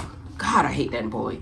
Anyway, like I told y'all, Xaden lost his shit, and it took him a couple of days to, you know, get himself back together because every time he draws magic from the earth, they get the little red ring around their eyes. Y'all know, y'all read it.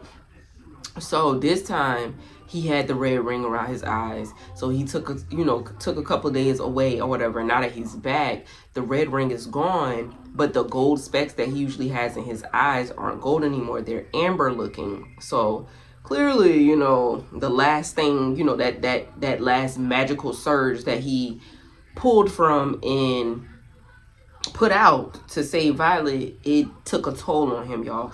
So I don't really know how this is gonna go. Like, I don't know, or I cannot see Violet and Xaden becoming enemies. Like, they started off as rivals, clearly, but like I just can't see them becoming enemies. Like, oh my god, because if Xaden gets taken over completely as Venom, all he's going to know and all he's going to see is hatred for the other kind, right? So he would be the one that's completely turned, and Violet would be still trying to like save herself, but also trying to cure him at the same time. I just don't know how this is going to go, y'all. And that might be another reason why I'm kind of pacing myself, because I just know the ending is going to be another cliffhanger, because every book ends in a major cliffhanger. And bruh, if Xaden turns completely Venom at the end of this book, I would literally scream. I will literally scream. So, okay, y'all. I'm about to start reading. I had to separate the kids because they in here fighting and nobody got time for that. And my husband is downstairs taking a nap. So, I'm about to lay on my pregnancy pillow. No pregnancy. I still have my pregnancy pillow from when I was pregnant with my first child in 2018. I just cannot give it up because it's just the most comfortable thing in the world. So I keep it in my office because I haven't gotten like a reading chair yet, or really set up a little reading area in my office yet. So I just keep my pregnancy pillow in here, and I just made like a little cot for me to lay on when I want to come in here and read sometimes. So yeah, I need to put that on my to-do list. I need me a little reading chair or something to put in here, a big comfy one, or a bean bag. Did I tell y'all I woke up thinking it was Monday today? Baby, it is Saturday. I don't even know where the days be going, babes. Okay, so about to get back into it, y'all.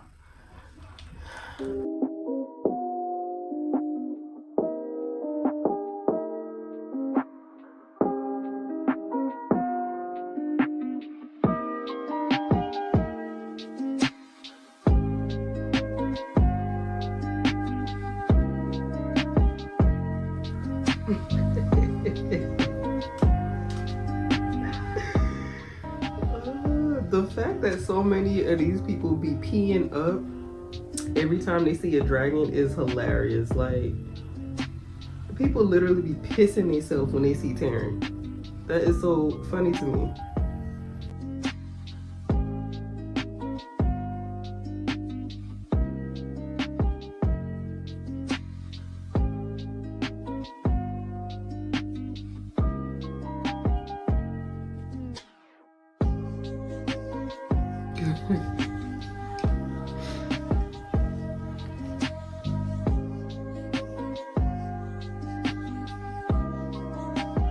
Bitch, hold on. Hold on. So, is Violet not a part of that family for real? A part of the Sorrengail's family for real? Is this girl adopted? Was she stolen? I have questions because the chapter that I just read, the place that they at right now, everybody has silver hair just like hers.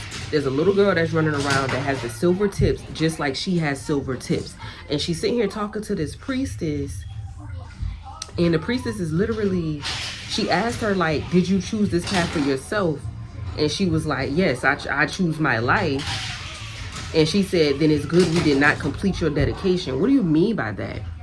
What do you mean it's good that y'all didn't complete my dedication? What does that mean? And then she says, but do you not yearn for temple? Like what? Usually the touch creates such longing that you can't help but return. Or perhaps you now favor another god. What are you talking about? Is Violet at her home, like her actual home, like where she initially originated from? Was she stolen?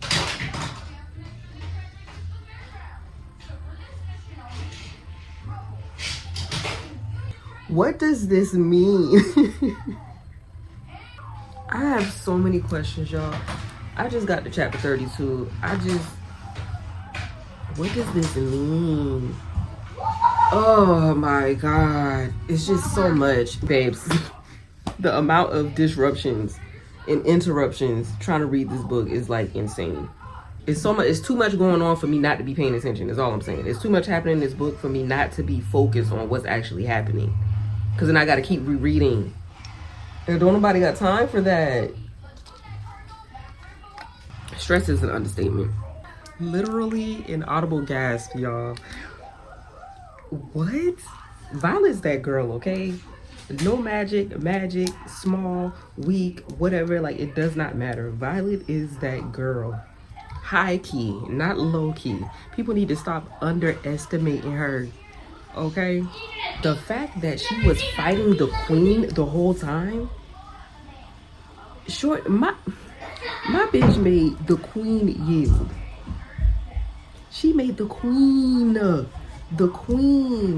yield. Like, put some respect on my dog name, okay? Put some respect on shorty name. Stop playing with Violet. Oh, fuck. Wait. Holy shit. Y'all.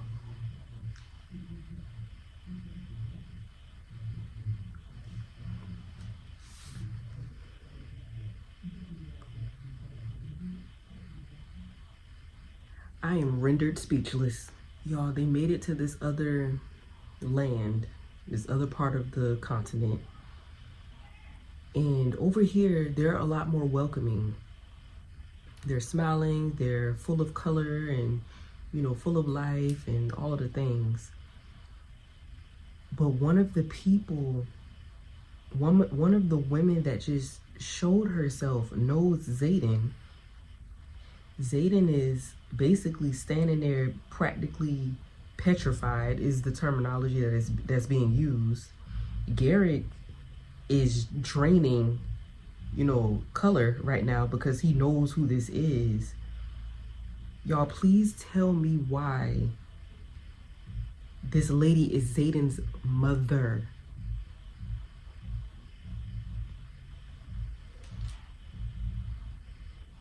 This lady left Zayden and now she got a whole nother family. Like, okay, I am I need a minute, y'all. I need a minute. Okay, guys, I am back. I had to take a break from that last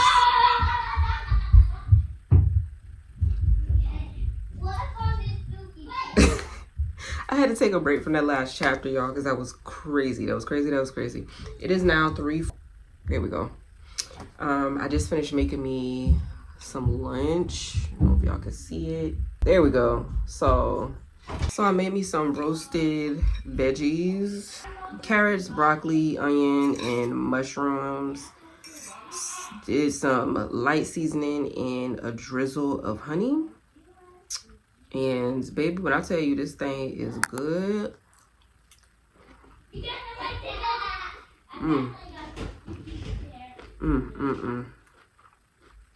was good. I told you I'm getting ready to start my health journey. Well, my detox rather. So today I'm only eating fruits and veggies. Tomorrow I'll be juicing, and then after that I'll be back on fruits and veggies for the next 30 to 60 days. So we gonna see how this works. But I got my spring water, veggies, and we about to get back into this book. Girl, he does not want to talk to you. Now he should meet the rest of the family.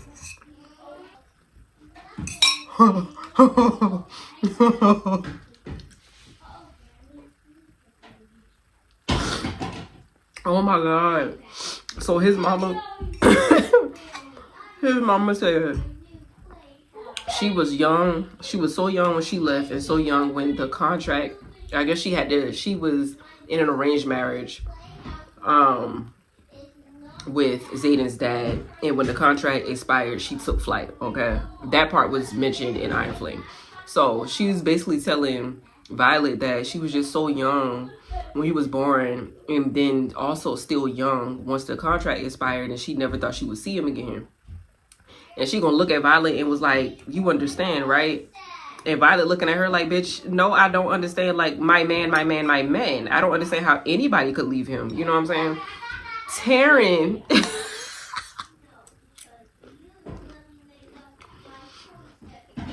Taryn starts talking to Violet through the barn. And he says, tell her the truth. He loathes her, as does Sigel. The life giver is lucky she wasn't scorched. She wasn't scorched this morning. Though I do believe Sigel is still contemplating her options. Y'all. These dragons do not play when it comes to their riders. You hear me? Like, at all. Lord have mercy. I know that's right. The way Violet stand up for Zayden. Y'all, this book is stressing me out. There is so much happening. And on top of so much happening, there's so much betrayal and so much resentment and so much pain. It's just so much. It's so much. Zayden mama, I already was like, you know, fuck this bitch a little bit. You know what I'm saying? But then, as I was reading this chapter, I was just like, okay, you know, maybe she can be redeemed. You know? But the shit that just happened just now, what did you put? You gonna set a piece of chocolate cake in front of Zayden. Well, in front of everybody, because everybody's eating chocolate cake at this point. But you know this is Zayden's favorite fucking dessert. You gonna set this cake in front of him. Make him feel like he can trust you and trust everybody here just for something to be inside the fucking cake. and the only person that tasted it was Garrick, and Garrick just happens to be Zayden's best friend, so now this man ain't breathing, burn it all the fuck down. Burn it all the fuck down. Like, I would have burnt everything down, because how dare you play in my face, bro? Like, what is you doing for real? What is going on for real? Like, what was the reason? This is actually insane. And if Garrick dies, Rebecca gonna have to see me off these hands. Oh God, you already took Liam, bruh. You cannot have Garrick too. You can't have anybody else in this book. You know what I'm saying? Unless there's somebody that I don't like. You know what I mean? But like, you can't have Garrick. No. No. No. You already took one of Zayden's right hand men. You can't have another. Garrick and Bodhi, off limits. You hear me? Riddick, off limits. You know what I'm saying? Reed, off limits. You can't have them. Hell, I even done got a soft spot for Cat. You can't have Cat either. Like, I am so stressed, y'all. I might end up having to change location soon, because it's starting to get dark. What time is this? 4:43. So pretty soon it's gonna start getting dark in here, and as y'all know by now, the lighting in my room is complete trash. I think I got my little light though. Did I bring my I thought I brought the little light in here. I don't know. I got two of them. I'll find it if I gotta get back on the camera. But like, this is insane. Okay, y'all. I'm going back in. Going back in. Let me get comfy, cause shit is getting real. Shit is getting real. I genuinely cannot believe this lady. Like, I can't believe this lady. What was the purpose? What was the purpose? Why'd you even? You can't trust these. You can't trust these bitches. Don't trust no bitch. No, you can't trust these bitches, bro. Tell you what, they be out here trying to Terry Brown your ass all the time. You don't know what Terry Brown is? It's a song, okay? It's a song, but it just goes to show how these women be setting you up for the okie doke. All right, let's get back into it, y'all. Let me get back. Y'all, no, I talk all that shit. She didn't even know. She didn't even know, babes. She didn't even know. Her husband put poison in the cake. She had no clue. Oh my God. Is Garrick about to die? Oh no, babe. It's poison in the cake, babes. Oh no. Oh no. Okay, so apparently this land is the land of a land of wisdom, the land of knowledge. So the test in this particular, okay. See, I gotta backtrack, y'all. I gotta backtrack because it's correlating. I didn't realize that all of this was doing what it was doing. The first place that they went, over there, it was like a test of truth. Like, he just knew if you was lying type thing. And if he knew you was lying, or if he found out that you was lying, or if you didn't hold up your end of a bargain or whatever, then, you know, you die, essentially, right? The next land that they went to was like a test of strength. So they had to battle or whatever. And that's the part where Violet had whooped the queen ass, low key. And then in this one, it's a test of knowledge. So basically, he's testing them. It's 3 people on the board. 2 of the women are already, you know, they've agreed to be a part of the alliance, but it has to be all the way across. Like, it can't be just 2 out of 1. Like, everybody has to be on the same page. So the husband of Zayden's mama, the current husband, clearly, he's like, he's not on board yet. He has to still figure out what's what. So he got all of these cakes out, these slices of cake, and he put poison in the cake, y'all. He put poison in the cake, and I guess they were supposed to be smart enough not to eat the fucking cake. What kind of test is that? Like, we just ate dinner. Why would they feel like you're going to poison them? You know what I'm saying? And if it wasn't for Violet being so smart, because everybody else, they didn't have no forks. Zayd and Mama, and then the other three, her husband and the other two ladies, didn't have no forks when they brought the cake out. Only Violet and her team had, you know, cakes and forks to eat. So he tell his servants, hey, like, we don't got no forks, so you need to go get us some forks. But why? But he telling them to go ahead and, you know, start. You ain't got to wait on us. So Zayden was about to eat the cake. Goddamn, Kat was about to eat the cake. Garrett took 3 bites of that cake, y'all. He took 3 bites of that cake. Is Garrett about to die, y'all? Oh my God. I can't even deal with this right now. I can't even deal with this right now. And Zayden's mama is like livid right now. She's like, you tried to poison my fucking son, bruh? You really tried to poison my son? Bruh. I can't even. This is wild, y'all. Hold on. Okay, let's focus. How many damn pages? Okay, we got, okay. We gonna get to the nitty gritty, y'all. Hold on. We gonna get to the meat and potatoes of the situation. We gotta see what's tea. What's going on? Who asked what she put in the cake? Who asked that? Oh, Violet asked her, and she said nothing. I didn't put nothing in there. Oh my God, his heart is slowing down, y'all. Oh no. Oh no. Oh my God. Not Zayden is begging Violet, like, please help. Fix it. Figure out what the poison is, please. Like, don't let Garrett die. Like, oh, y'all. Oh, he was going to have to see me off these hands, bruh. What? Oh my God, he better not die.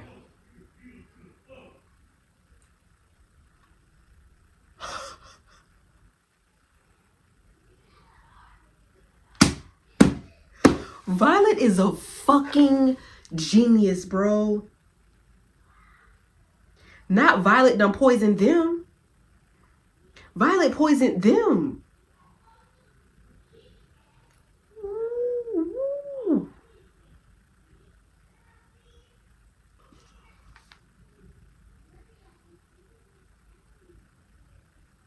Oh, this is taking a drastic turn, babes.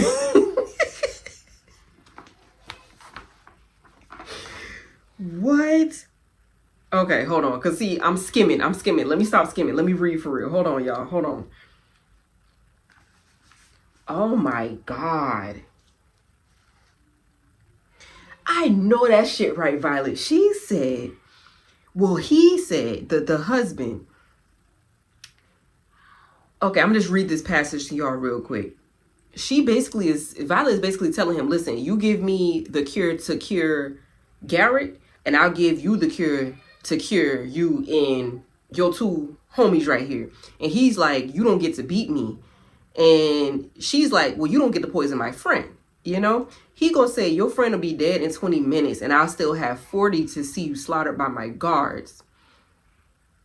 She said, I wish you the best of luck. You have mediocre guards. I have 10 lethally trained riders and flyers, 4 griffins, and 7 pissed off dragons. The odds are in my favor. Hello? The odds are forever in your favor, Violet, because you're the smartest one in the room, bitch. Ooh. No. No. No. Absolutely the fuck not. No. No. No. Mm-mm. Mm-mm. Mm-mm. Mm-mm. Mm-mm. Mm-mm. Listen. No. No. No. No. No. No. No.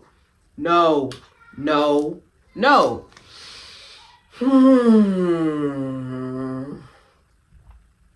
I am so scared to move on to the next chapter. I'm terrified, actually, to move on to the next chapter because no. Mm-mm. Oh my fucking God, bruh. Oh my God.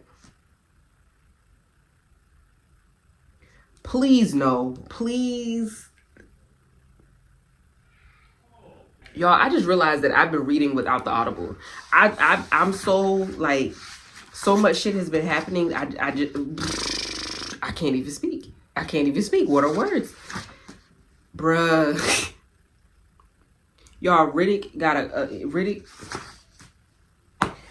Riddick now has a knife, a cooking knife, lodged in his side. He has a knife in his side. He has a knife in his side. So we have Garrick that can't breathe, which is Zayden's best friend. And we have Riddick that has a knife in his side. And Riddick has now become one of my favorite characters.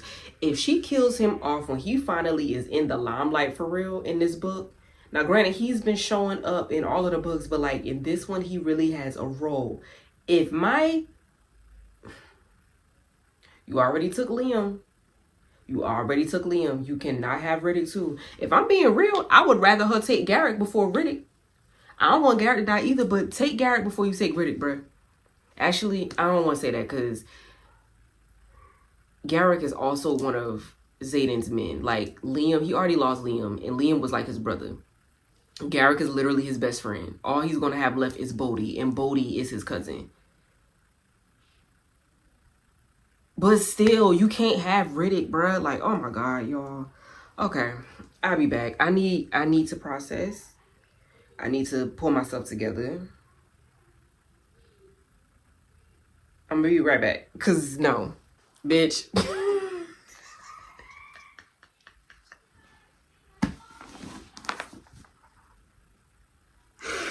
Oh my God. When I see Rebecca again, it's on site. Cause no, she did not do that to me. She did not do that to me. Had my anxiety through the fucking roof for what? For what? Like, why would you do that? I was about to throw this book the same way I threw Iron Flame. Shut the fuck up! Shut up! Shut up! I was gonna toss this book across the room, y'all. Why would you even play with me like that? Oh. Bruh.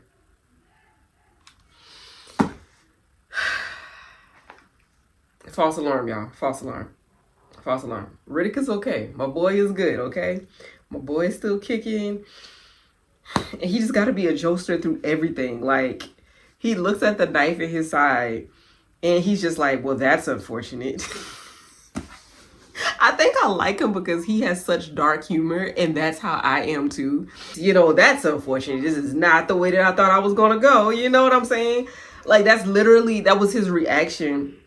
And then she literally says the same thing that I say, not Riddick, not anyone, but especially not Riddick. Because hello, yes, like that's what I said, not Riddick. You cannot have my boy. So he's about to go and pull the knife out of his side, and she starts to lose her shit because, of course, like if you have something stuck in you, you don't go and yank it out, right? But he pulls it out anyway, and there's no blood. Like, there's no blood at all. So he's talking shit because he's like...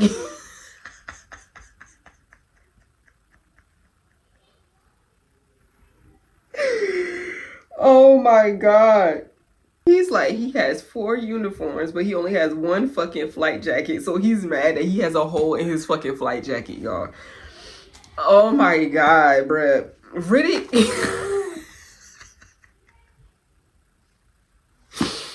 Y'all, she almost got me. She almost had me. I was going to be in here balling like I was for Liam. I'm not going to hold you. Like, I'm not going to cry for Garrett, but I'm going to be sad about Garrett if he doesn't survive this. I will definitely be sad if he does not survive this. But Riddick, I would have dropped some thug tears behind Riddick. I would have dropped some thug tears behind my boy, okay? Because he is literally the Styles. He's the Styles of this storyline. And everybody loves Styles, you know what I'm saying? Like, Styles was like the best character in the whole entire book. Y'all, I was laughing so hard. I'm in here crying. Oh, Riddick is hell, y'all. Hell, I say. All right, we're going to go ahead and I'm going to finish this up and make sure Garrick is okay. I'll check back in with y'all later because this was just a lot on camera, okay? This was a lot. Okay, y'all. Look, I just got to chapter 39. And baby, what was the reason? Rebecca, why? Like, what was the reason for this to even happen? Like, Rebecca's stressing me out with this book, y'all. I thought Iron Flame was a lot. You know what I'm saying? I thought the ending of Fourth Wing was a lot. But this right here is always something, bro. Like, I swear to God, it's like Harry Potter, but not YA. You know, although after a while, Harry Potter was definitely not YA the way that the last couple of movies went. But it's just giving Harry Potter like, bruh, can these children catch a break? These children is having to fight for their life all the time. Like, my God. What did Traeger do to deserve this, y'all? Like, Kat finally got somebody. Like, she was finally moving on from Zayden. You know what I'm saying? She finally got somebody. And y'all just off this man. Out of nowhere. Like, unexpectedly. Unnecessarily. What was the reason? Okay, so just let me clue y'all in real quick. Because in this chapter, they finally made it to a whole nother, you know, owl. And as we know, they're trying to create alliances in every single place that they go. We already know how the last one went. A fucking shit show with them trying to, you know, poison people. But over here, they're like happy. You know, they're greeting them. They're excited to see them because at this point, everybody's aware. All the owls know that they're coming due to, what's the boy name? Whoever the first king was at the first land that Hayden tried to steal from, whoever he is. Apparently, he sent signal to everybody. So everybody knows that they're coming, okay? They get to this land, and upon arriving, it's like thousands of people just outside cheering them on. Hey, you know, we love y'all. Like, thank you for coming. You know, just happy, go lucky or whatever. So, this particular land, they serve Zanal, and Zanal is the god of luck, right? So basically remember, like I said, every place they go, they have to prove themselves in some kind of way, right? So in this particular one, they have to accept fate or accept luck because Zanal is the god of luck, right? So they have to play a game before they can even enter the kingdom and speak to the queen for them to even have, you know, a talk about alliances. They have to play this game. I'm so tired of these fucking games. Like, we're not children, bro. So basically the task is they got a whole bunch of cards that's laid out across the table. Each person has to pick a card, and whatever's on the card is what they're going to receive. Okay, and that's what they're going to receive. That's going to be a gift that they are given. They can't bitch about it. They can't complain about it. They can't be upset about it. You have to be grateful for whatever fucking gift you get. Okay, so Violet, I can't even remember how this went. Somebody got a cat. I think Violet got a broken compass. Zayden got a box for, I don't even know what the box, it's just an empty box. Kat got a necklace with a ruby on it. Dane got slapped. That's what his card said, was a slap. So he got the piss slapped out of him, actually. That part was kind of funny. But then Traeger goes up and he gets a card, and what's on his card is an arrow. So they shoot an arrow in this boy's heart, bro. So all he does is turn around and he starts to falter. So everybody sees that he has a fucking arrow in his chest, and they can't react. They can't react to their friend getting killed. He's dead. He's literally dead, y'all. It said an arrow protrudes from his heart. He's dead before Riddick and I can even catch him. What do you mean? Riddick? Bruh.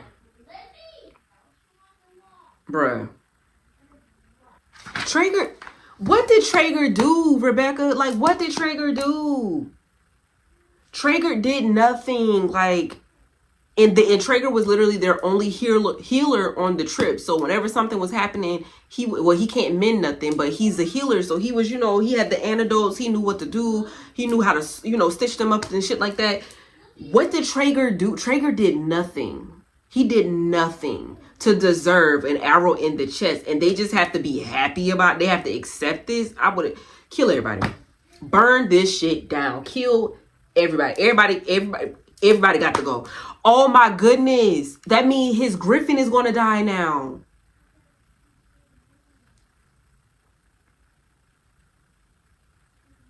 Y'all, his griffin His griffin is going to die now. The difference between them and the dragons have a choice of whether or not they can leave, still live. If a rider gets killed, well, if a rider's dragon gets killed, the rider will die too. And that's basically how Liam died, because his dragon ended up getting killed by a wyvern, so he started dying too, right? But in reverse, it doesn't happen. It doesn't necessarily happen like that. Like, the only way a dragon will die is if they just can't bear the loss of losing their rider, right? But they can survive if they choose to survive. If they choose to continue to live on, then they can. But it's different with griffins. They are bonded for life, okay? So if the griffin dies, then the flyer dies. If the flyer dies, then the griffin dies. Being that he's a flyer, his griffin is about to die too, bro. Why the fuck, bruh? And if they react, then they don't get an alliance. Like, this land is already ready to be an ally, but they just have to pass whatever test this is. How you expect me to not spaz the fuck out when you just randomly killed one of my friends, bro? How do you expect me to not spaz out? I'm just supposed to thank Zanal that was his luck. His luck ran out, so he had to die. Like, and the fact that he was the last person, you know what I'm saying? Like, everybody got something. Some stuff was stupid or whatever, but like, it was all good. He's the last person that steps up and he dies. He gets murdered. I know Kat's about to lose her shit. Violet's about to lose her shit. Like, I don't know what they about to do. I don't know what they about to do. Oh my God. There was no reason for that. I'm so pissed off about this book, bro. Like, this book is pissing me off, y'all. I am. You know what I'm saying? That's just how I feel. Okay, babes. Change of scenery, clearly. Y'all, I'm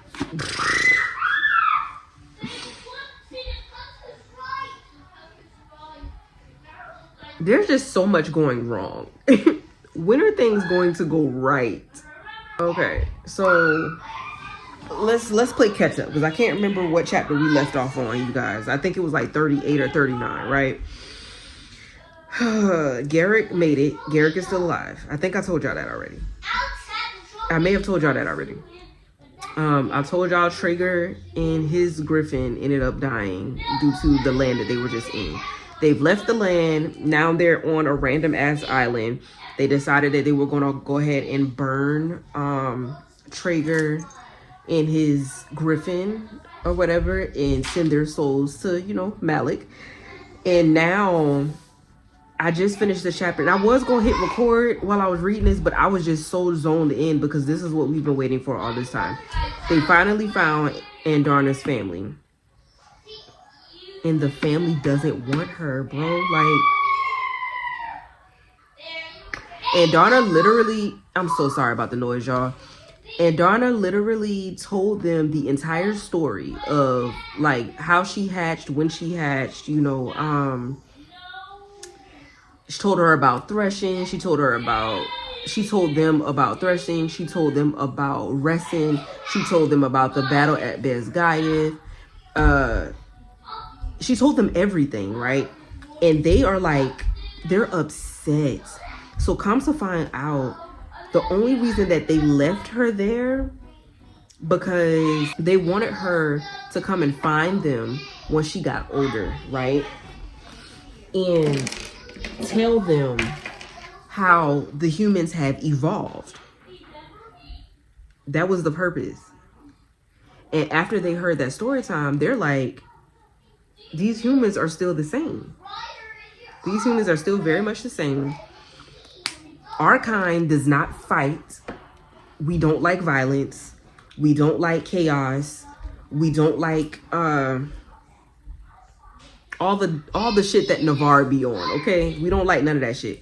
Their breed is born for peace and not violence, okay? Andarna asked them, like, okay, did she pass the test? Because, every single owl that they go to, there was some type of test. And they was like, you weren't supposed to be, like, we didn't test you. We were testing Violet, basically, the human. And they looked at Violet and was like, you failed. And and Donna's going back and forth with them because she was like, Violet has never failed me. Like, what are y'all talking about? And they're looking at Violet like, no, like, she uses you. And the fact that you even defend her is a testament to the humans' failure as a whole collective, like as a whole society. Like, they are like just over it. It was like, no, she took advantage of you while you were a child. She used your power as an instrument of warfare and forced your premature growth. And now, like, you're not even where you're supposed to be as a dragon due to what you've done for Violet. So then they're telling, okay, so then they tell her, you were left behind as the criterion, the measurement of their growth, their ability to choose tranquility and harmony with all living things. We hope you would return to tell us the humans had evolved, that they had blossomed under the ward stones and no longer use magic as a weapon, but instead you have shown us the opposite. Then they looked at Terran and also Riddick's dragon, which is Atrum. And they basically was like, y'all failed too because y'all gifted y'all humans with these signets, right? With this power, because Atrium can wield ice. Riddick can wield ice. And then we know Violet deals with lightning, right? But Violet also has a second signet. So they're looking at Atrium. It was like, you gifted your human ice. They look at Terran, they're like, you gifted your not even gifted. They're not even using gifted. They're using armed because they don't like the fact that all of this power is being used for war. So they're like, you gave your human ice, you armed your human with lightning, and then they look at Andarna and they were like, and you handed your human something more dangerous to wield. So now we're trying to figure out what the second signet is. Because remember, Violet got two signets too. So that means she got power from Terran, but she also got power from Andarna. But we don't know what that is yet. But apparently it's deeper and more dangerous than lightning. So that's what we about to read now, y'all. That's what we about to read right now. We on chapter 42. And I guess we finna find out what the hell this other signet is, y'all. So let's go ahead and let's get into it. Let's press play. Oh, hey, you home? Hey, y'all. I just made it to chapter 50. I have about 4 hours to go. I'm tired, y'all. I started dozing off on this last chapter. So I think I'm gonna call it a night. Ironically enough, my entire household is sleeping. And now I'm sleepy.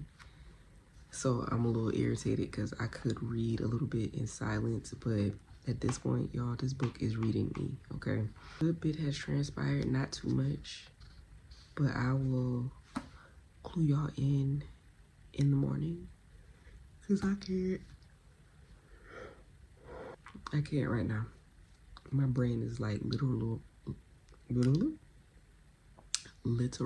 mush at the moment. So I'm getting ready to get up out these clothes and go to sleep, y'all. See y'all in the morning. Hey, good morning. Actually, good afternoon. It is 1:30. It's 1:30, babes. I've been busy today. I've been pretty busy today. I was recording content earlier. I'm also in the middle of another vlog that has to do with my parasite cleanse that I'm starting. So, yeah, babe. I just been recording content all fucking day.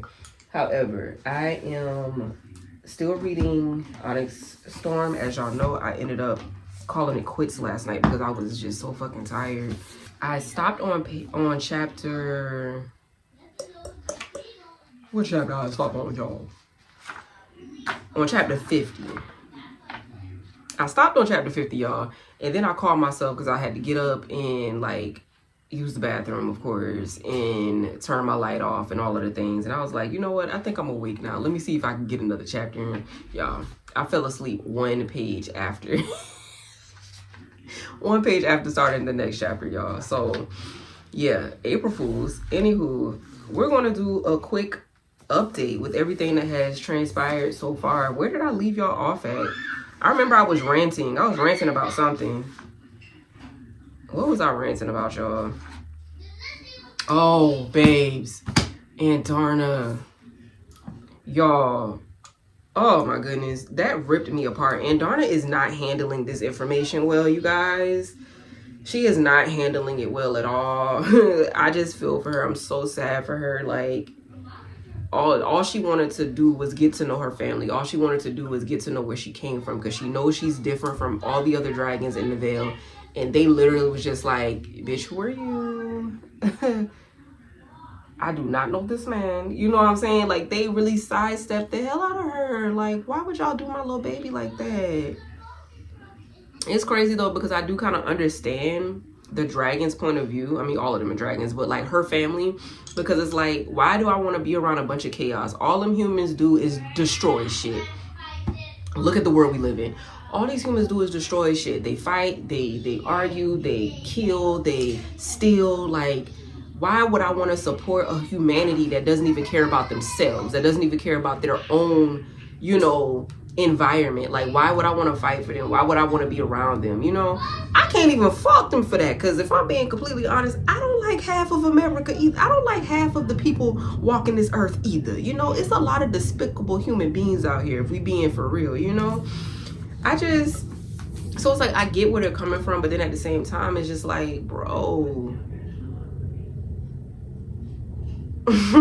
you know, it's like two things could be true at once. Like, I understand their point of view, but then also with me reading Fourth Wing, the battle at Resin, me reading Iron Flame, preparing for the big ass battle that took place at the end of that one at Besgayeth, and now me reading this one and everything that they're having to go through and endure, the people that they're losing, you know, the innocent people that they're losing behind all of the bullshit that's transpiring. It's just like, damn, y'all not gonna help them for real?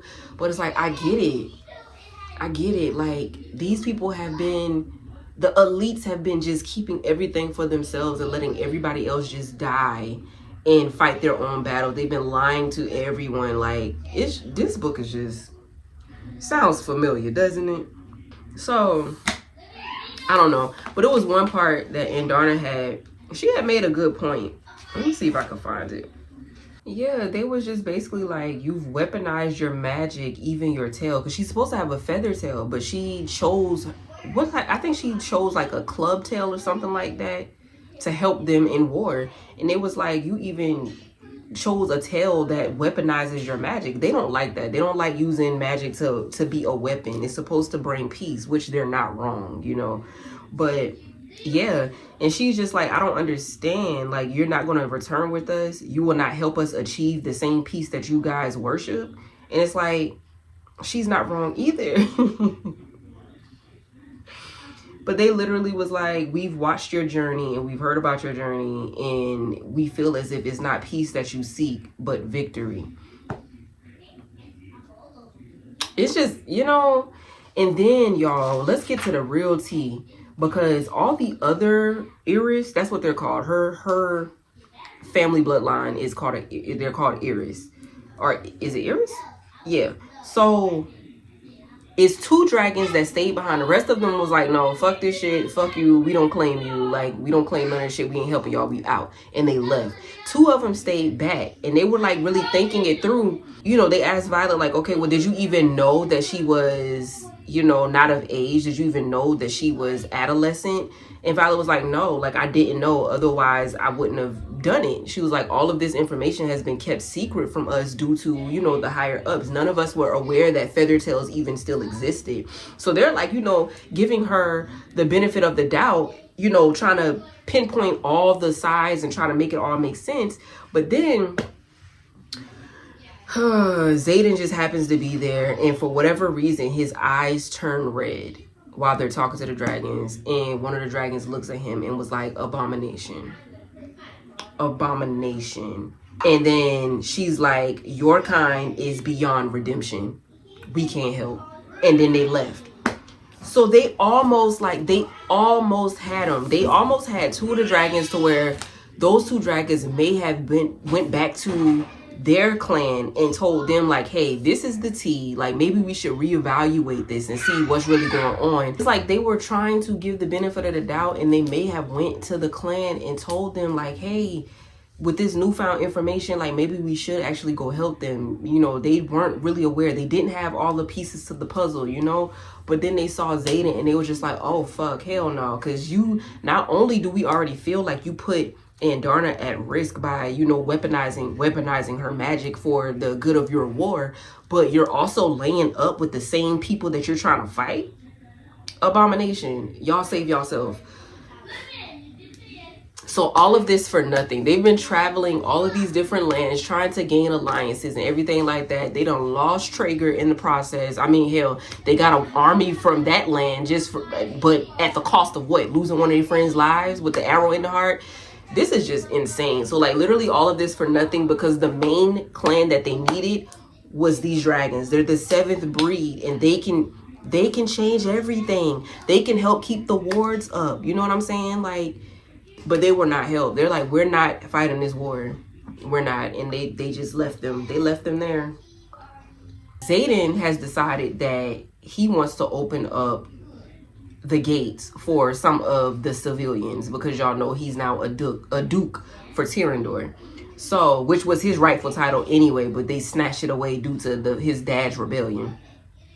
But he got his title back. So now he's like, fuck what y'all talk about over here in Navarre. We finna open up these gates for these civilians. That's what we about to do. And they are hard down, hardened, bitch ass. It's hard down arguing with him. Like, how dare you? You can't do that. You can't do that. Like, and he's like, yes, I can. I'm the Duke. I'm opening these gates for these innocent people. You don't have to do it where you are, but I'm doing it over here. Like, come on, Zayden. You know what I'm saying? Like, that's what y'all should have been doing anyway. Like, these civilians didn't ask for this. Maybe y'all would have been fully prepared if y'all would have let everybody know what the fuck was really going on. But no, y'all want to keep it a secret from everybody, and now everybody out here dying. There is one land that literally lost a couple thousand. Like, the amount of people that they lost in that war when they got back, it was a couple thousand people. It was a couple thousand people that lost their lives. And it was innocent people. Remember, I think I told y'all the queen died. One of the queens died. Also, somebody else's signet has finally manifested, and they're a shadow wielder just like Zayden. And that just literally hurt my heart, because there's only supposed to be, from my interpretation, and if you've read this, let me know. I could very well be wrong. But from my interpretation, there's only supposed to be one lightning wielder, and there's only supposed to be one shadow wielder of this particular generation, right? Somebody just manifested shadow wielding, which means Zayden is slowly losing himself more and more, because the magic, there has to be balance within magic. And because he's a shadow wielder, but he's not really himself, he doesn't have his full soul, now his magic has to manifest elsewhere. Somebody else has to manifest that, right? So now somebody else just unlock their signet, and they are a shadow wielder. So what does that mean for Zayden, y'all? Like, what does that mean? What does that mean for him? This book has put me through it, y'all. It's put me through it. It's put me through it. But I literally have like 100 pages left. I stopped on page 418. I'm trying not to read the last sentence, or I'm trying not to skim anything that I'm looking at. 527. Yeah, so I'm on 418 right now.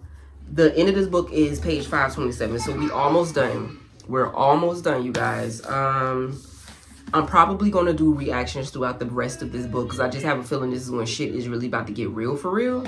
So, yeah, I'm going to finish editing this other video, though, because I'm supposed to drop it today, and I've been slipping on my pimping just a little bit, just a wee bit. So I'm gonna try to get that done so I could post that real quick, and then after that, it's me, this book, and you guys for the rest of the day. We're going to finish this today, and hopefully we're done with this before I have to start my nightly routine, babes, because I think Audible said I only had 3 hours. Let's look. Let's make sure.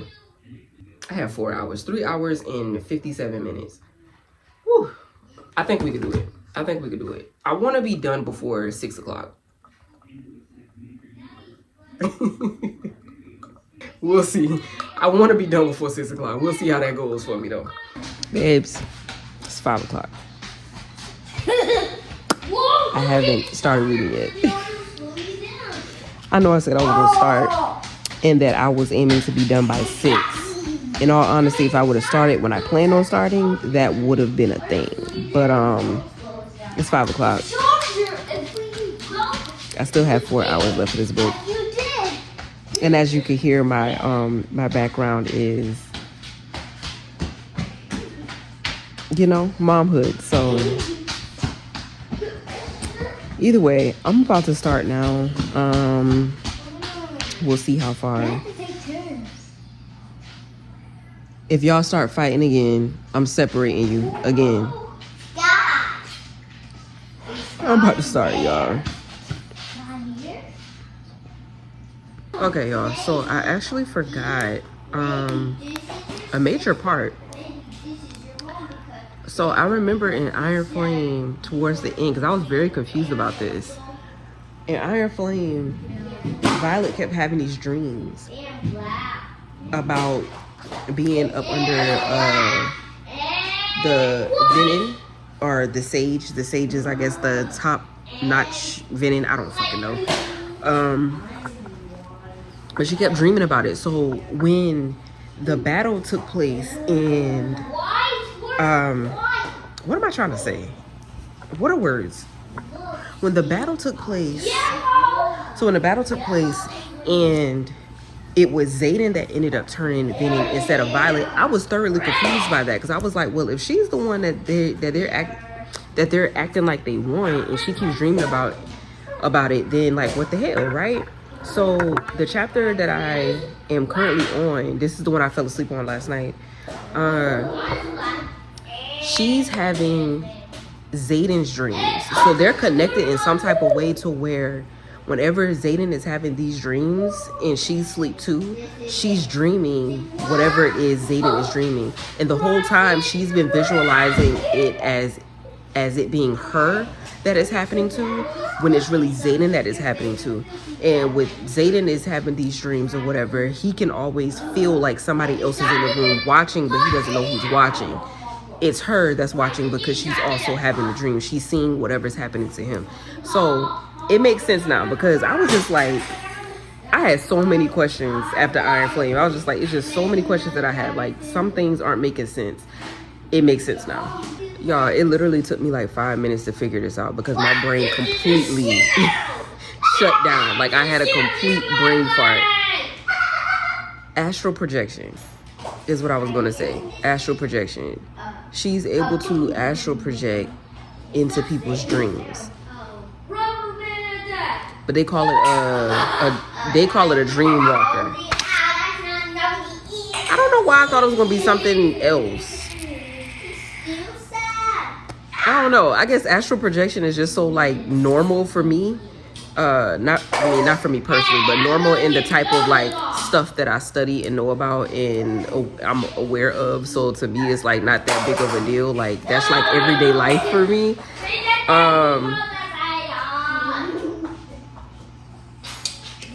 I mean, I guess it's cool or whatever. I don't know. But it would make sense how she's in everybody's dreams. Whoever she's dreaming about, she sees them as herself. So I mean, that's pretty interesting. It is a cool gift to have. But I was just expecting to be like, wow. Like, to me, that's so normal. That's just such a normal thing. Boy, it's always a battle happening, bruh. God, dog. Every time they get to a point where they just chilling and relaxing and peaceful, here comes some shit. Okay, hold on, y'all. Okay.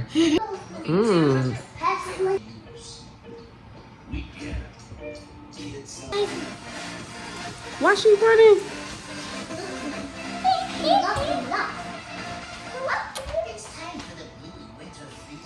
What the fuck is happening?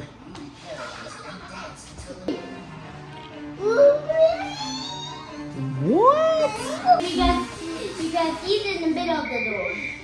About to die. But that was about to die. No, why did you make that funny face? What?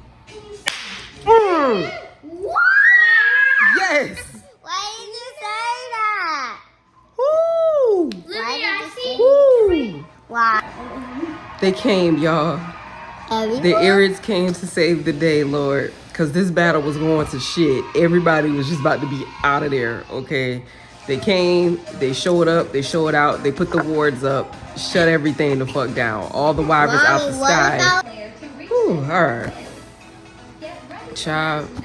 Alright, y'all. We down to 3 more hours. We finally down to 3 hours. So, and it's 6 o'clock currently.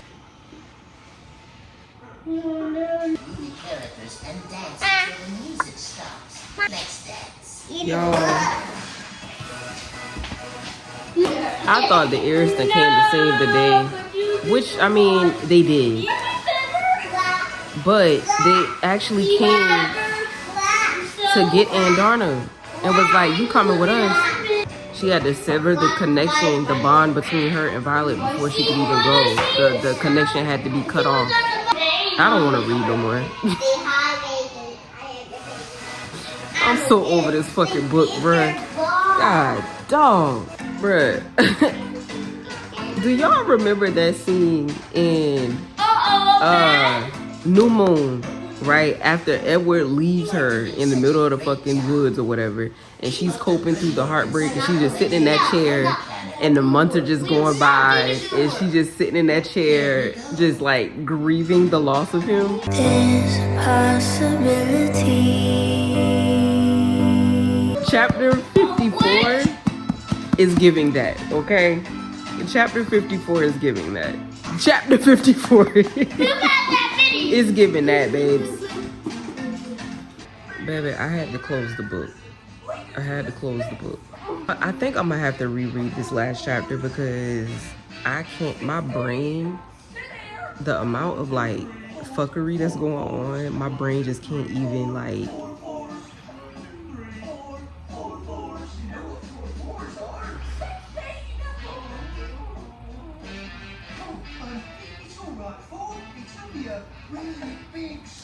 You see, I can't even speak. I can't process. What?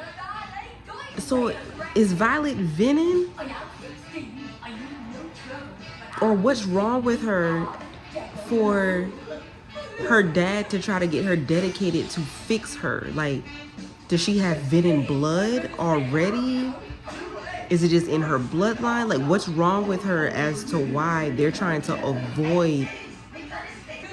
It's like they're trying to find ways to stop her from turning Venom. I don't know. I don't know. What I do know is I need a minute, okay? I need a minute. I'm on chapter 55 currently. 2.5 hours left in this book. I do want to just keep listening while I start my nightly duties or whatever, but honestly, I need the book in my hand because I got to read and listen at the same time because I have 11 more chapters to go, y'all. This is too much. Rebecca, this is too much, Rebecca. This is too much, Rebecca. Just put the kids in bed, but they are not asleep yet. I'm literally at my wit's end, y'all. I don't know if it's because I'm on this cleanse right now and I just, you know, I haven't really eaten today, so my attitude is bad. I don't know what it is, but I'm just so irritable. Everything is just pissing me off. I'm about to start reading again. It's currently 9:06.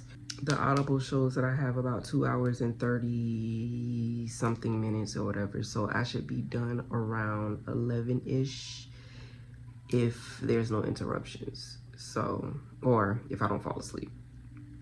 So I'm about to get back to reading because it's still kind of early, and I do want to kind of try to wake up early in the morning because I have some more content I need to record. So fingers crossed, y'all. I don't know if it's gonna happen, but we gonna see, and we just gonna see. But back to this book.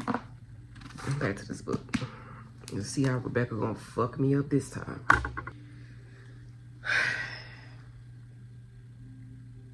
I'm just so over this Theophany bitch. I'm so over Theophany. Is that her name, Theophany? I done heard it being said plenty of many times, and that is just not, wow. I cannot believe that just happened. This can't, what, y'all?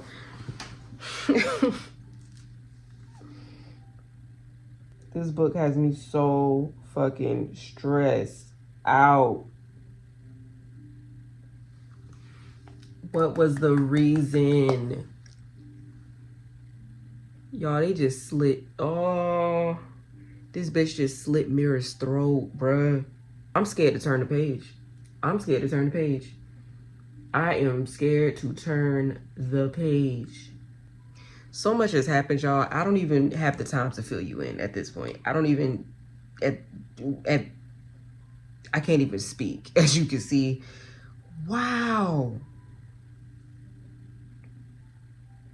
I have to turn the page.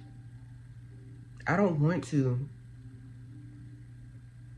I just want it to be done right here. Like, I can't, I can't even handle the amount of like fuckery that's going on in this book.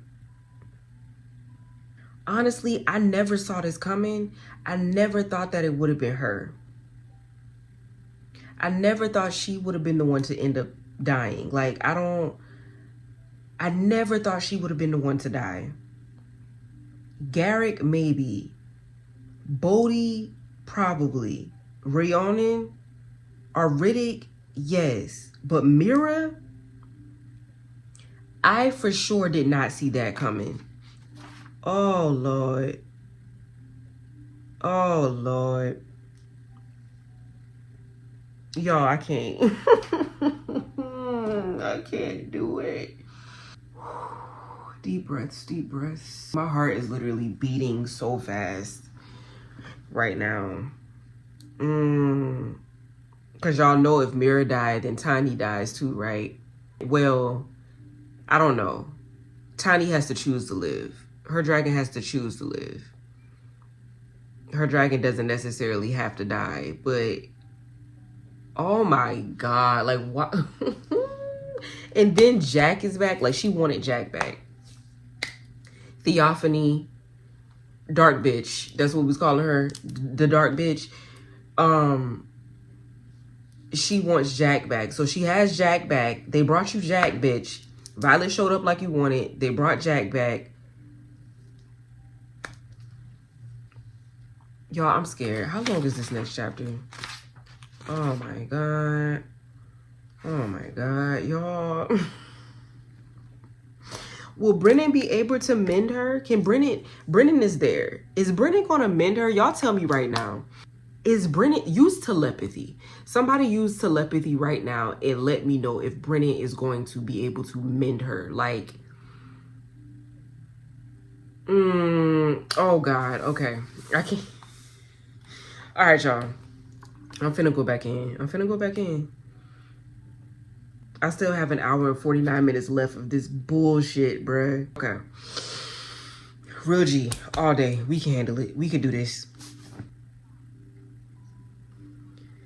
Oh, Lord. What the fuck is going on with Arik, bruh? What is happening with Arik?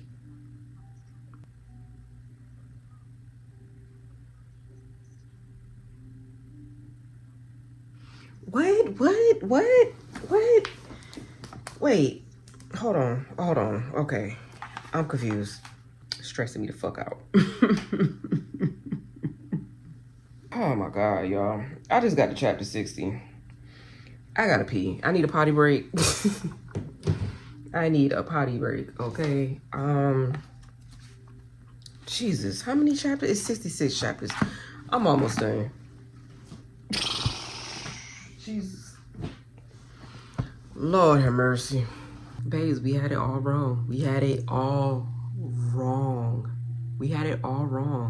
Theophany is not a lightning wielder like Violet.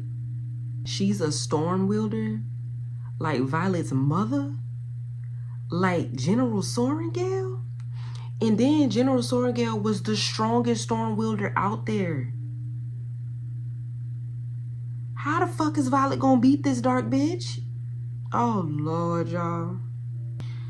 Oh, child.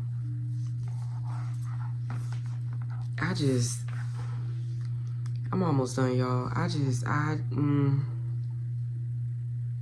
Baby, hold on. Rihanna got her own POV in this bitch? Okay. Okay. Don't tell me my girl Ree finna save the day, babe. Is Ree finna save the day?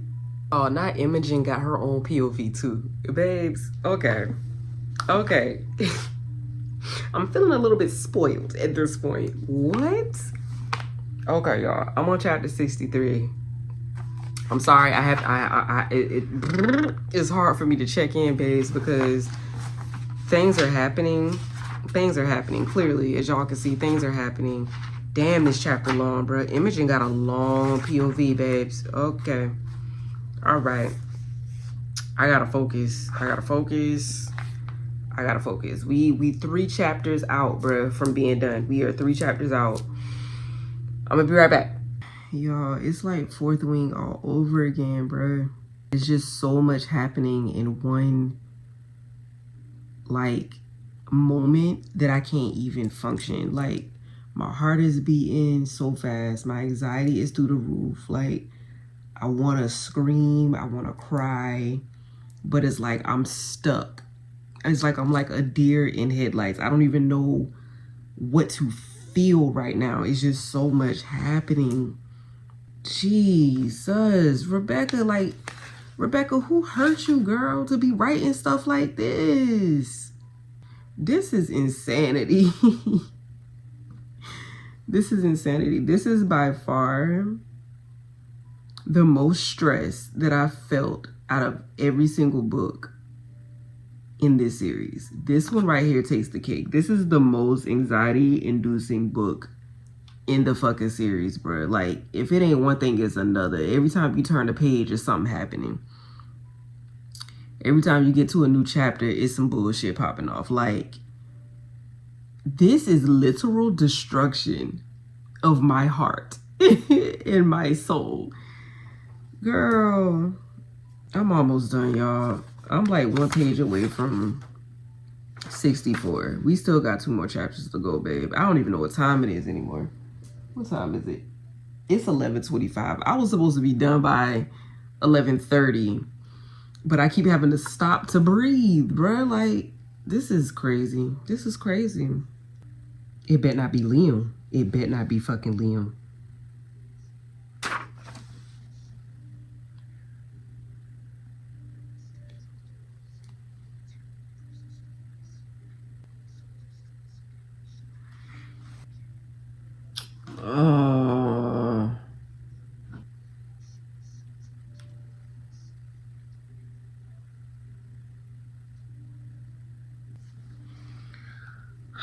Jesus fucking Christ. I'm so confused. What is happening? What? Marriage? What the fuck? What?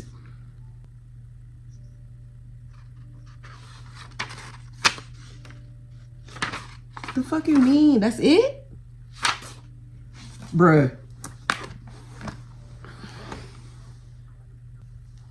This can't be real life, bruh.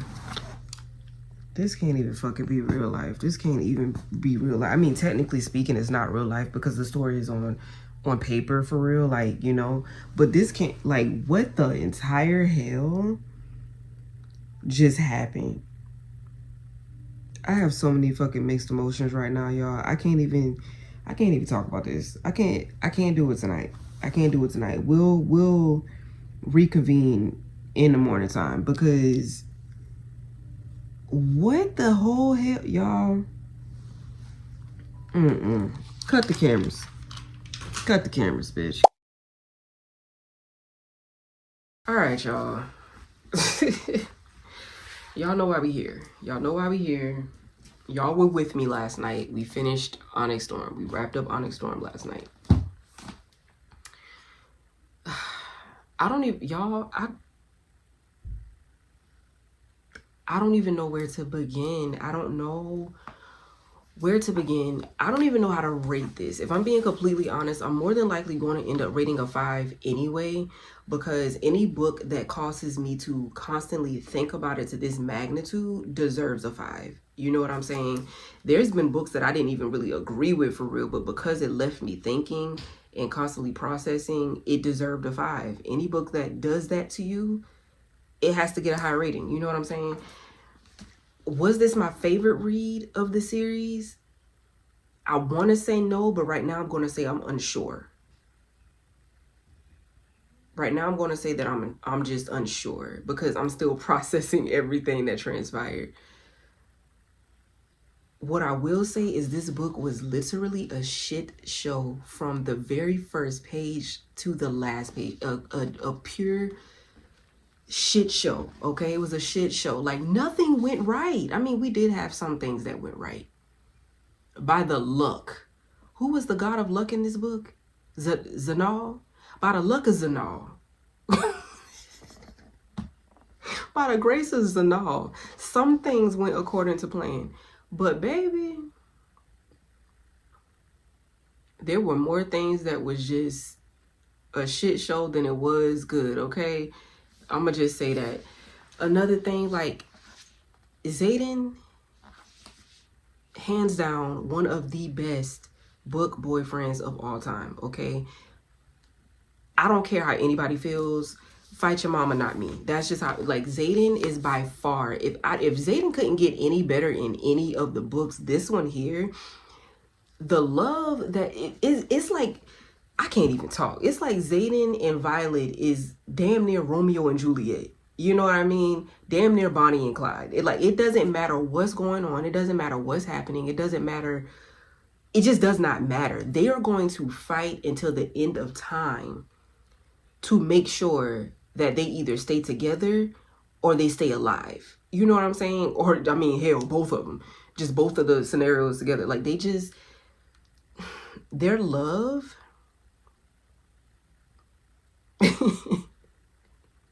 I just don't have any words for their love. Like, I don't have any words. I don't have any words. All of the characters in the book,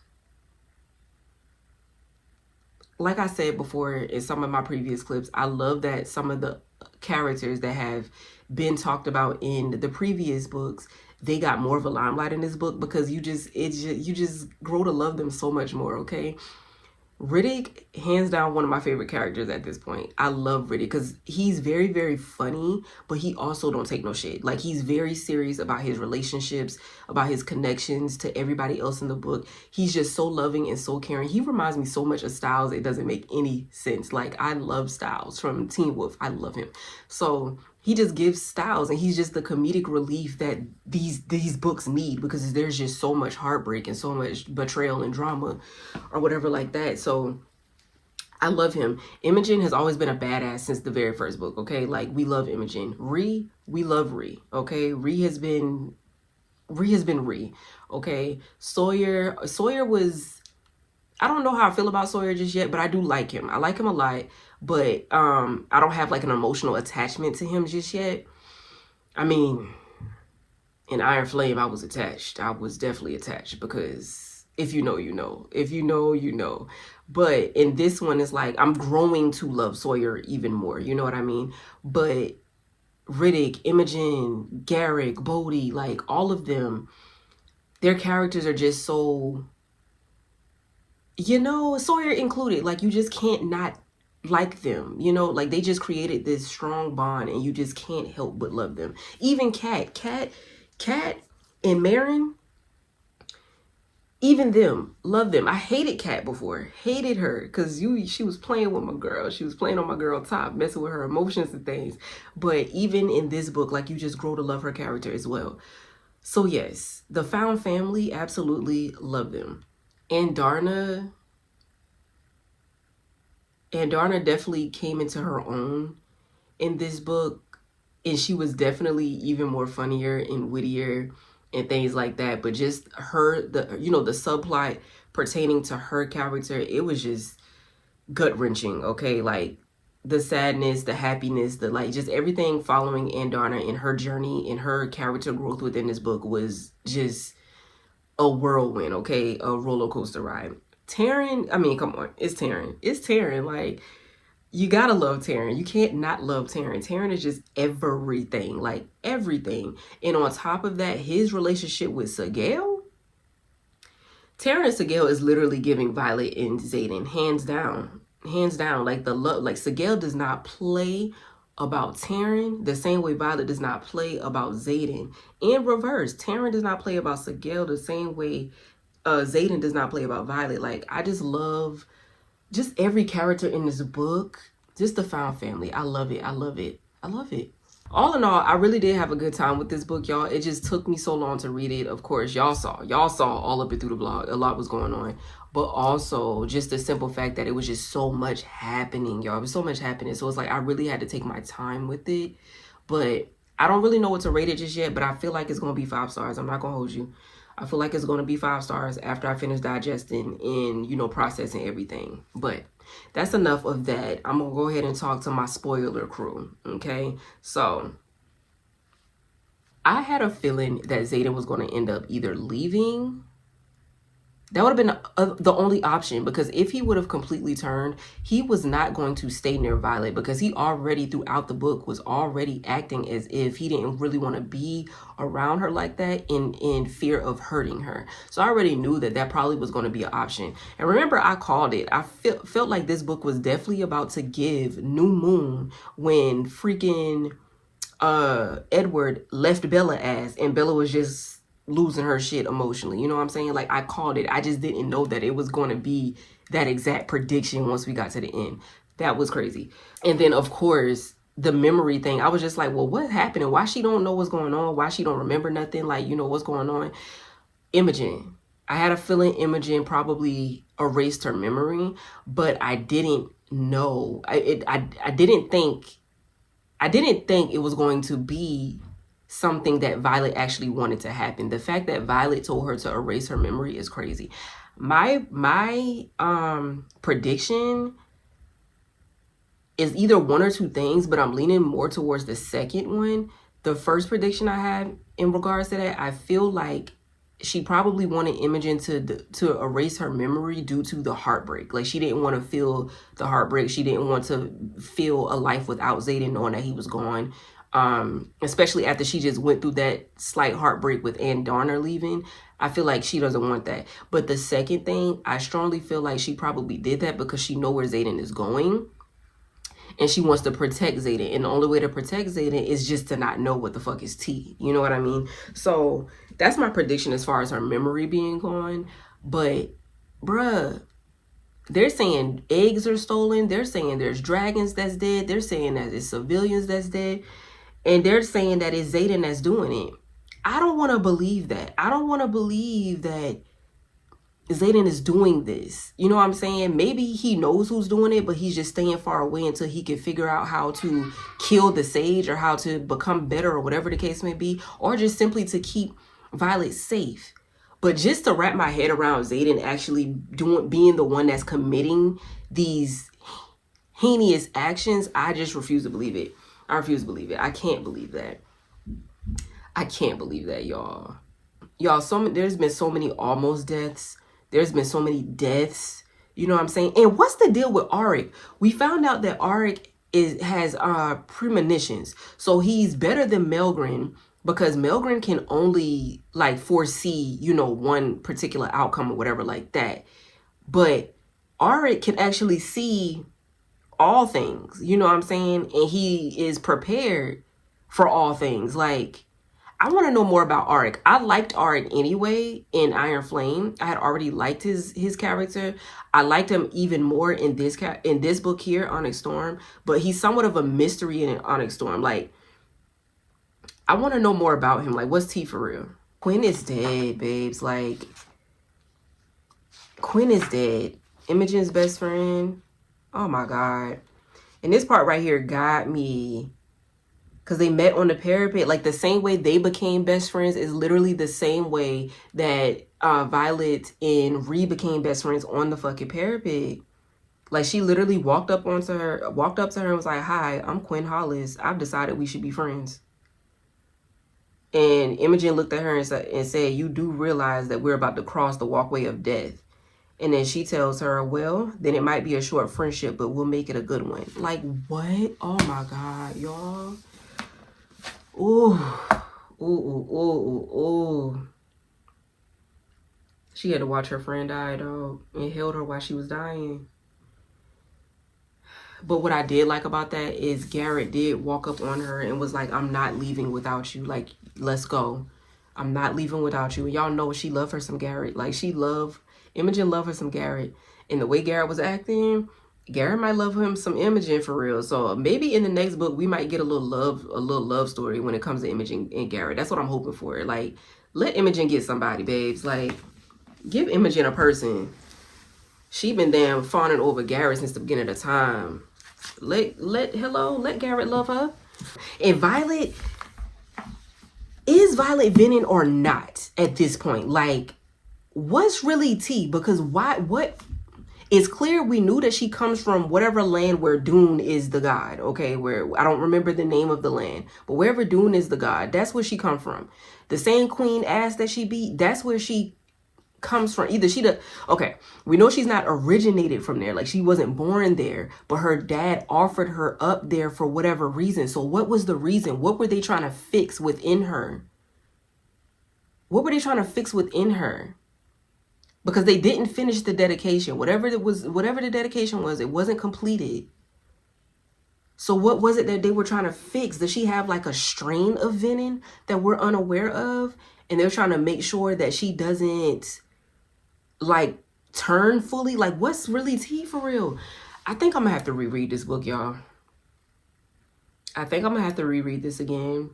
I just don't know when I'm going to. I can't handle it right now. It took me almost a year to reread Fourth Wing. I don't think I can handle rereading this right now because it was just so much going on. Like, the anxiety, babes. The anxiety. So I think I'm gonna have to wait a couple of months before I try to reread this. And then I need to figure out when the fuck is Rebecca dropping the fourth book, babes? Like, do we have to wait another year? Do we have to wait another year? Because I need to know. I need to know immediately what's getting ready to happen. Because we can't stop here. We can't end right here. We can't stop here. I don't want to be done with this universe, y'all. I'm afraid I'm going to end up having like a little bit of a book hangover. I'm really hoping that one of the books that I choose to read from my TBR for February can take me out of this book hangover, because I just really feel like nothing is going to release me from this hold, especially since I did the reread of Fourth Wing and Iron Flame, babes. Like, I have been on an Empyrean cycle, okay? Like, I don't want to let this story go. I don't want to let these characters go. Like, honestly and truly, this series is literally one of my Roman empires. Like, I think about these books often. Like, often think about these books. I think about these characters. I think about the things that transpired. Like, I love this series so fucking much. I just don't know what I'm gonna do with my life now. I don't know. And I feel like I'm gonna have even more thoughts, but I wanted to do this while everything was still fresh on my brain. I wanted to go ahead and record this while it was still fresh on my brain. Okay, wait, y'all. Okay, I know I said I was going, but this is Mars from the future. I'm gonna insert this like smack dead in the middle of whatever the fuck I'm talking about. I literally just had an aha moment, okay? So I don't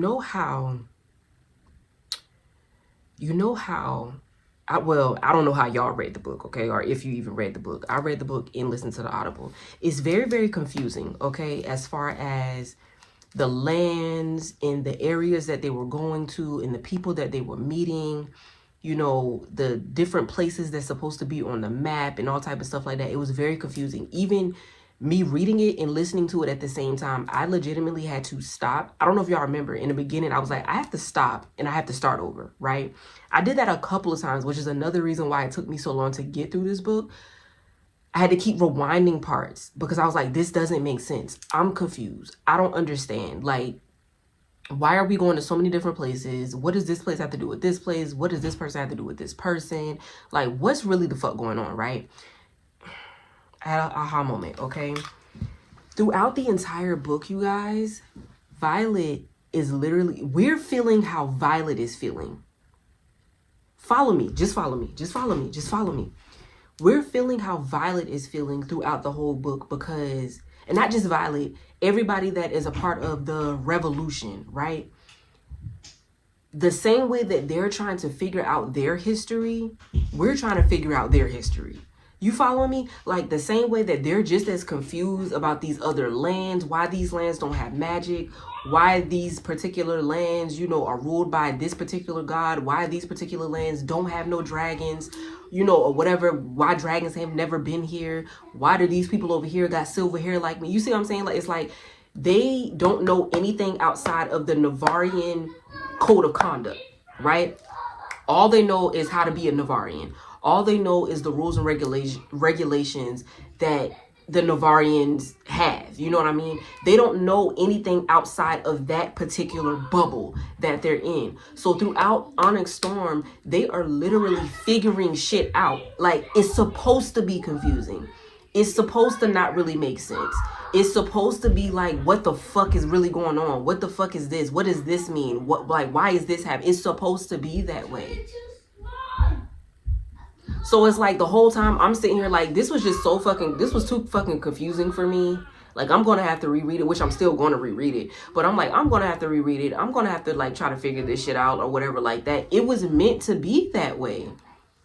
Because we're literally going through the same thing that they're going through. Like trying to piece shit together and trying to make it make sense and try to understand it. That's the same exact thing that they're doing throughout the whole entire fucking book. They're trying to make it make sense. They're trying to make shit stick together. They're trying to like figure shit out. We're literally doing what they're doing. Rebecca's a genius. Rebecca's a genius. Okay, Morris from present time. Continue. I'm gonna go ahead and wrap this up, you guys. Thank you for rocking with me this entire vlog. I have no idea how long this vlog is gonna be, babes. Especially because I'm merging, you know, the non-spoiler and the spoiler together. I have no clue how long this is gonna be. But I thank y'all for rocking with me regardless. I love y'all. I hope y'all enjoyed all of my shenanigans, okay? If you did like this vlog, please don't forget to give me that thumbs up button, okay? Hit that thumbs up button. And if you aren't subscribed and if you enjoyed the vibes, please go ahead and subscribe now, okay? That's all I got. I'm just gonna lay here and think about these characters for the rest of the day, all right? Love y'all. Happy reading. And I'll catch y'all in the next one. Why are you sure calling me?